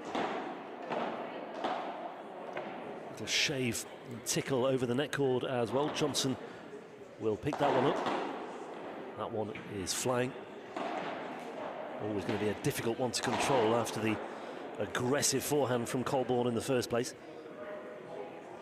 Colborne receiving this one from Johnson now. They both stepped across for the same ball there. Just for a moment it looked as though things might open up for them. Pete Jarvis looks a little bit bemused by all of that. I'm not quite sure what happened there, to be honest.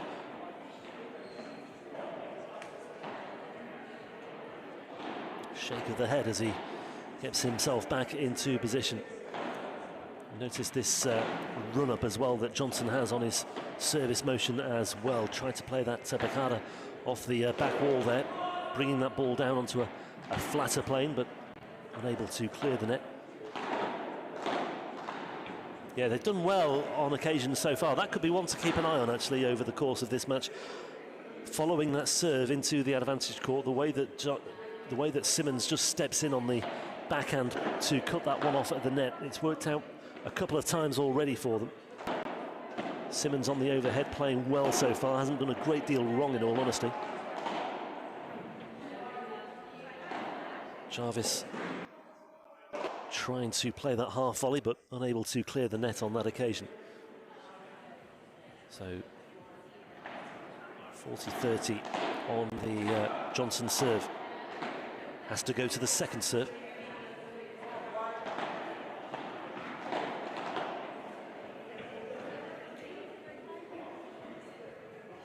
Johnson taking over.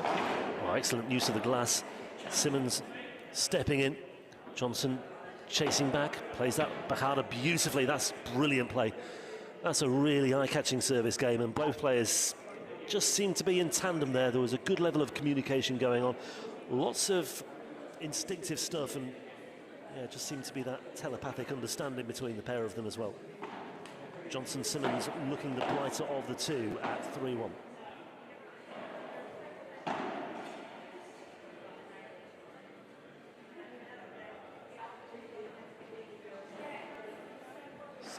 Jack Colborne back on serve then for game 5 of this opening set. Simmons did well to chase that one down and get something on it. Johnson with a lovely piece of control as well. There's the smash. Now, it is steered back over. There's space to work with here, though. Jarvis is slightly out of position. He's going to have to get over here. And yeah, there was nothing doing on that in the end. Just seemed to run out of room and run out of ideas maybe as well. But it all just opened up earlier in the rally. And from that moment on, you always felt as though Simmons and Johnson were in control.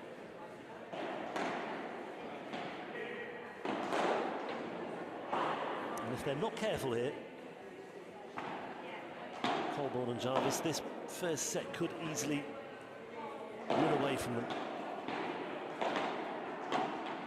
Simmons has read that really well once again. He comes in for the kill once more, and he's there to pick up the loose pieces. It is really good stuff. His net play has been pretty much spot on so far. As Chris Simmons, Johnson has supported him really well. And that one is out of play as well, and a shake of the head from Jack Colborne, and this first set is fast slipping away from Colborne and Jarvis. Simmons and Johnson looking much the stronger, you have to say, and they lead by 4-1.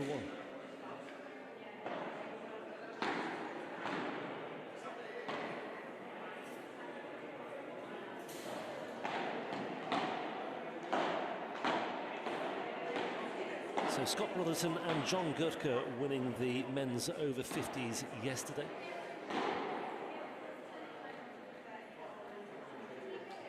The men's over 40s went to Ruben Legg and John Southern. That was a round-robin format. They won both of their games without dropping a set as well. In fact, they won 24 games out of 32 as well. They were the dominant force in that particular bracket yesterday. And the men's over 60s yesterday went the way of Jonathan Clark and Colin McGill, who came through in the final 7-6, 6-4 against Neil Baldwin and Nick Holloway. So the names on the Roll of Honour. Can we call it a Roll of Honour after one tournament? I think we can. It will become a Roll of Honour over time as this tournament progresses and evolves.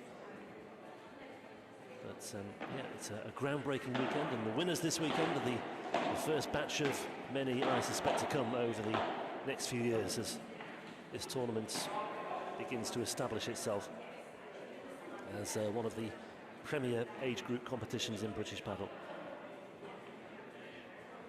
Concluding the Masters Series, as I mentioned, 4 rounds of qualifiers over the course of the autumn and winter, where the best in age group categories can really prove that they are precisely that.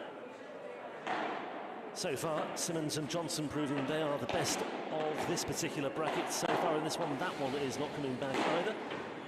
And emphatically put away by Chris Simmons, and that is another very strong hold of serve. It's a hold to love.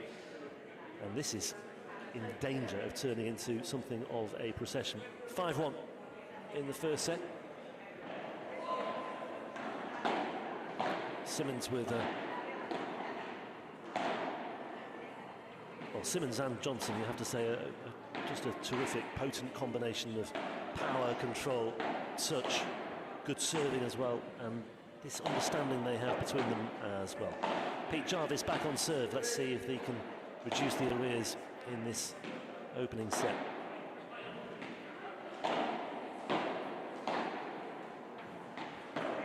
Slice serve deep into the corner. Well left by Jarvis, had the high ball covered anyway, just in case, but no need to go down that route. Serve down the middle on the angle, working nicely so far. Should come. He's given away another cheap point there. That was there for the taking. And that is, without wanting to target any one individual, that is 5 significant unforced errors that Jarvis has produced so far. But that's a good serve to get back on track and to put things right.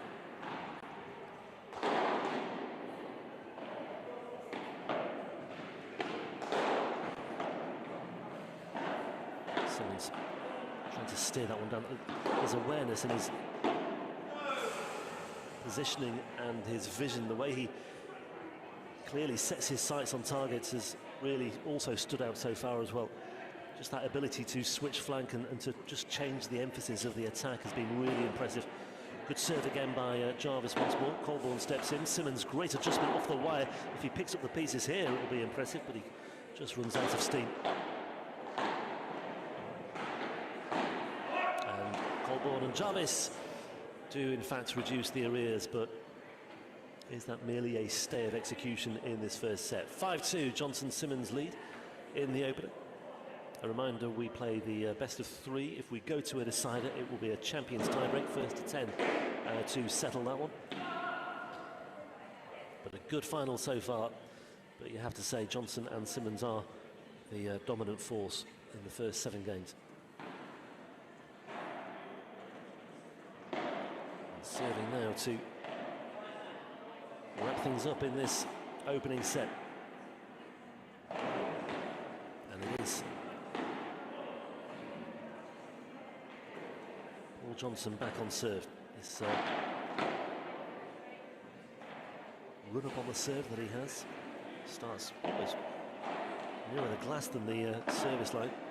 Just interesting to note different players' lines of attack and different service motions. That touch of slice, whenever he plays it into the advantage court, has really worked out well. He's been very consistent with that. Pretty much from the word go. Let's see if he wants to go down the middle again here. No, goes out wide in the juice court this time as well. There's the smash for Simmons, and he just knew what was coming, really.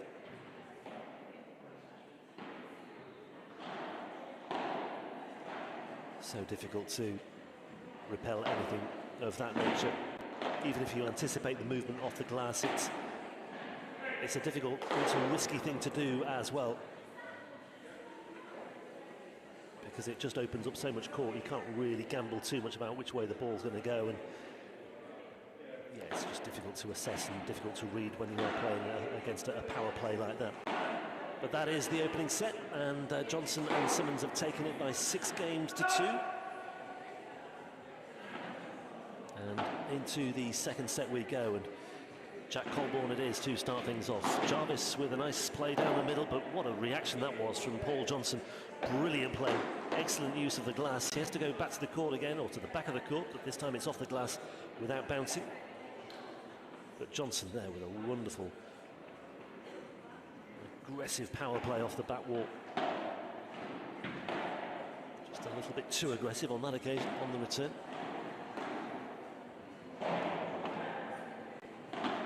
Yeah, Colborne playing that sliced serve on the juice court.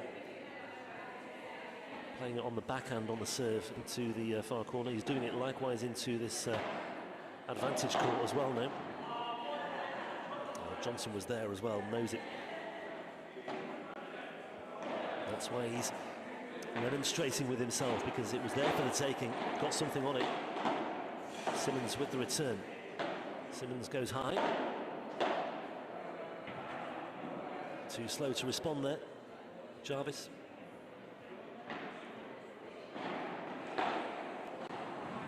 Just that, I thought, moments of hesitation between the two there as well. Jarvis with the volley, then the overhead. Simmons steps in. Jarvis plays it high. Johnson tones that one down. Everyone was anticipating the full gun, but he just put a real reducer on that one, and he played it off the angles of the wall so effectively behind his opponent. And yeah, that's a really nice way to start things off as well. It's an early breakthrough for Johnson and Simmons. In this second set, they lead by 1 game to love, having taken the opener by 6 games to 2. Jack Colborne back out on court already, just leaning against that back glass, just taking a moment to bring himself together.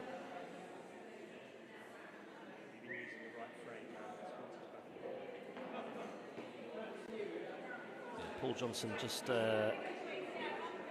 signalling for a fill-up on his bottle. And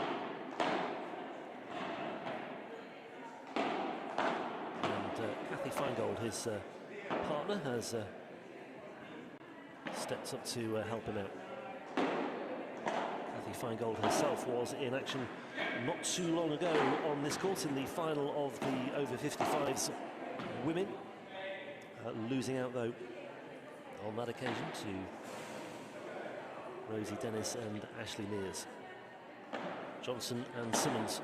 Simmons on serve at 1 love with the break in this second set. 15 love is the lead. Both went for the same ball. It's opened things up. Great switch though. Simmons moves over to the juice court. Johnson comes in this side, and there's the smash right behind Jarvis, who was moving the other way, and there was no chance for any sort of recovery there.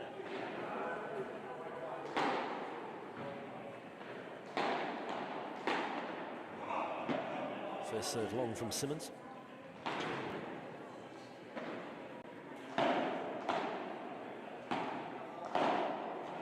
Knew what he wanted to do, knew where he wanted to go, but just put a little bit too much on that one.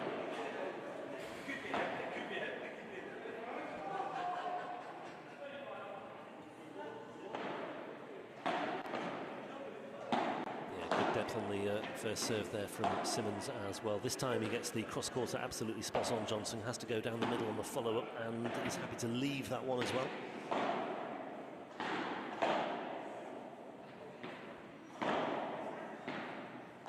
Simmons, slice serve into the corner. There was the angle as well for the volley on the follow-up, but into the net.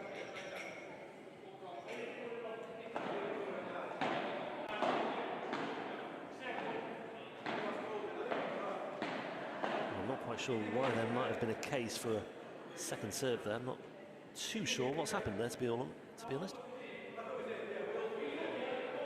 The first serve was in, no doubt about it. Maybe a call from next door was the distraction. I think that was the issue there. But yeah, the first serve was good, but the follow-up on the volley was into the net, and all the confusion has been cleared up anyway as Johnson and Simmons complete the necessaries and open up a 2-love lead. Colborne has to swivel and turn. Brilliant play. That's a wonderful point. Ball was behind him, he swivelled the other way, played the backhand, cross-court behind his opponent, and that's an excellent point. Yeah, well left by Jarvis, nicely played.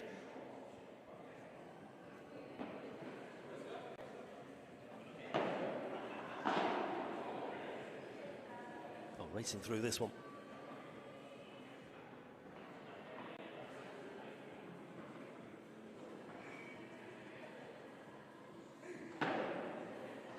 Of pace and whip on that serve as well. That's a really good service game by Pete Jarvis. That's more like it. That might just settle them down a little bit. They still have a break of serve to find, but no bagel in this second set anyway, and on the scoreboard they are now at 1-2.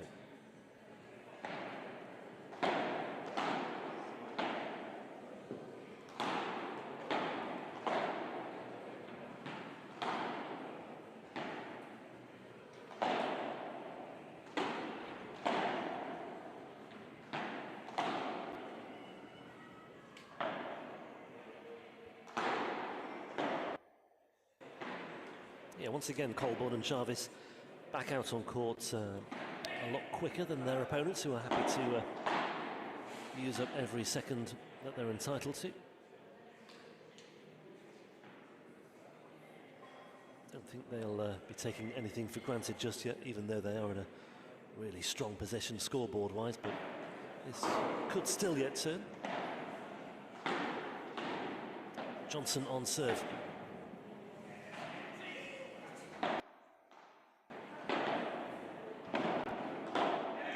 With the return, Colborne with the pickup on the forehand, has to go to the backhand, try to play the deft cross-quarter in towards the wire, but needed a bit more on that.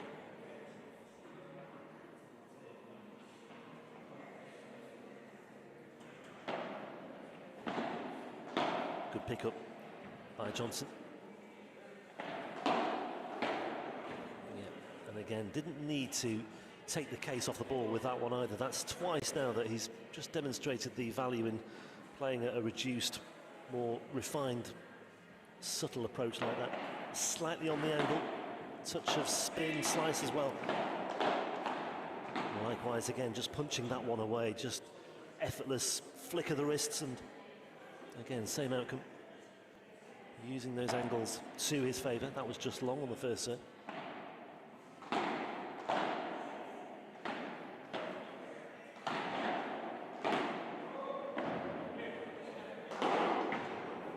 They were in trouble as soon as that serve landed, I thought there. because there was nowhere near enough on the return.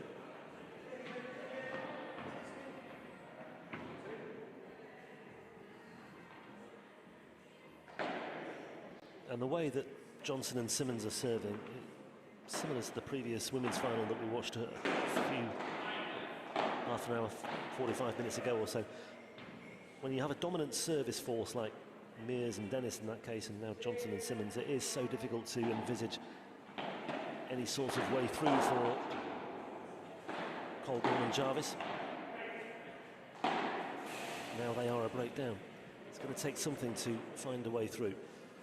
Still need to keep satisfying their side of the equation on the service games of their own.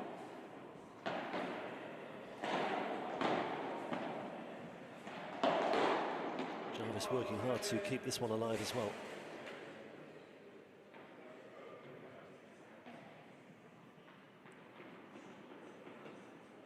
.15. Colborne on serve.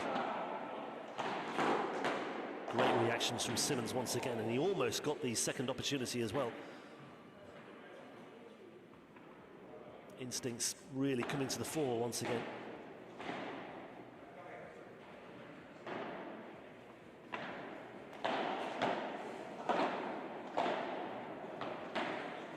Jarvis scampering back after this one. Jarvis up in the air, Johnson underneath this one. Plays the angle there, Simmons with the smash. Jarvis with the response, great spin, great pirouette into the corners. Simmons might get something on this. But even he was powerless in the end to address that one, and, well, on we go, 3-2. Just about staying in touch, but still needing to find that break of serve.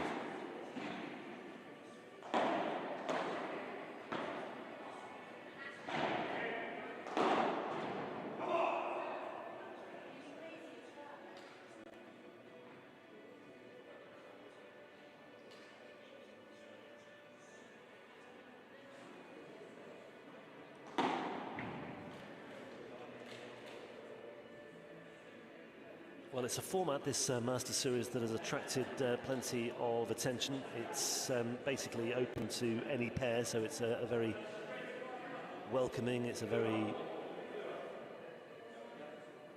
approachable situation for any pair who feels as though they have got the talent to progress in their respective age categories, subject to eligibility, of course, but there are an abundance of age groups in operation as well, over 35s, 40s, 45s, 50s, 55s and 60s as well.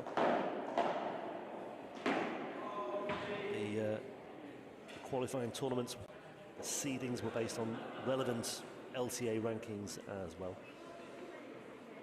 And it's a good pathway for players who want to take their game on and not only showcase their prowess, but also to prove they are the elite players in their age group.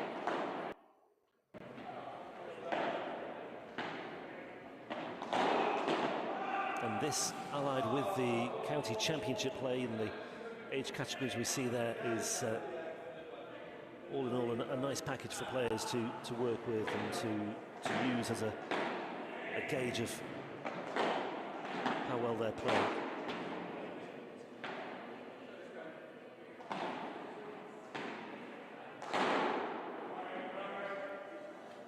Was a real blink and you miss it service game as well for Johnson and Simmons. 4-2, they've re-established this two-game cushion.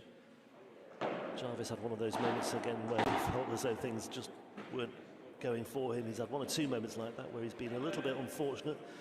We saw there with the net cord just taking it wide into the cage.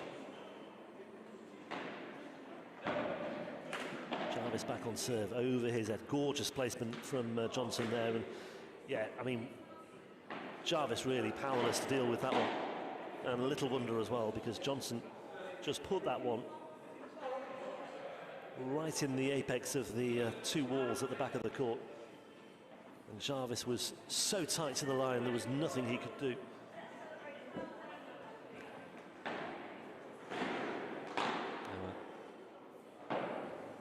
Tournament director Mark Ayres has retrieved the loose ball downstairs. He's here this weekend.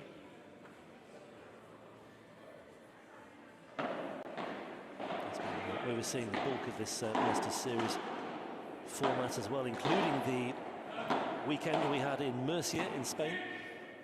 in February. Simmons stepping in. Johnson will let that one drop. It was close, but on we go into the nets and into the wire, and yet, oh, great recovery.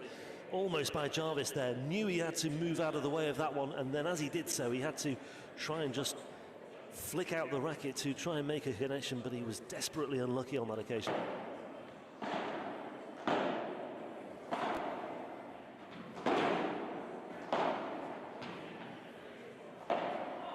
that's careless. That's a rarity from Paul Johnson's day. He's played really well, but I won't want to dwell on that too much longer. Simmons did the lion's share of the work there to keep that one going, and he looked to have got his team in a good position on that occasion. Johnson on the backhand, high, goes long. They make their move in tandem. That's a gorgeous volley once again, that's why. And when you play a volley like that into the corners, there's just very little you can do. And have they called time early on that one? I think they I've got to say, I thought it was 5-2, but 6-2 it is. The players seem to be happy with the situation, but there's a look of confusion all around. Either way, Johnson and Simmons were the dominant pairing in that final. They were the dominant pairing overall, as far as this weekend is concerned, in the men's over 55 category. They are the worthy champions, whatever the scoreline in the end, but they have taken it in straight sets. Johnson and Simmons win it 6-2, 6-2.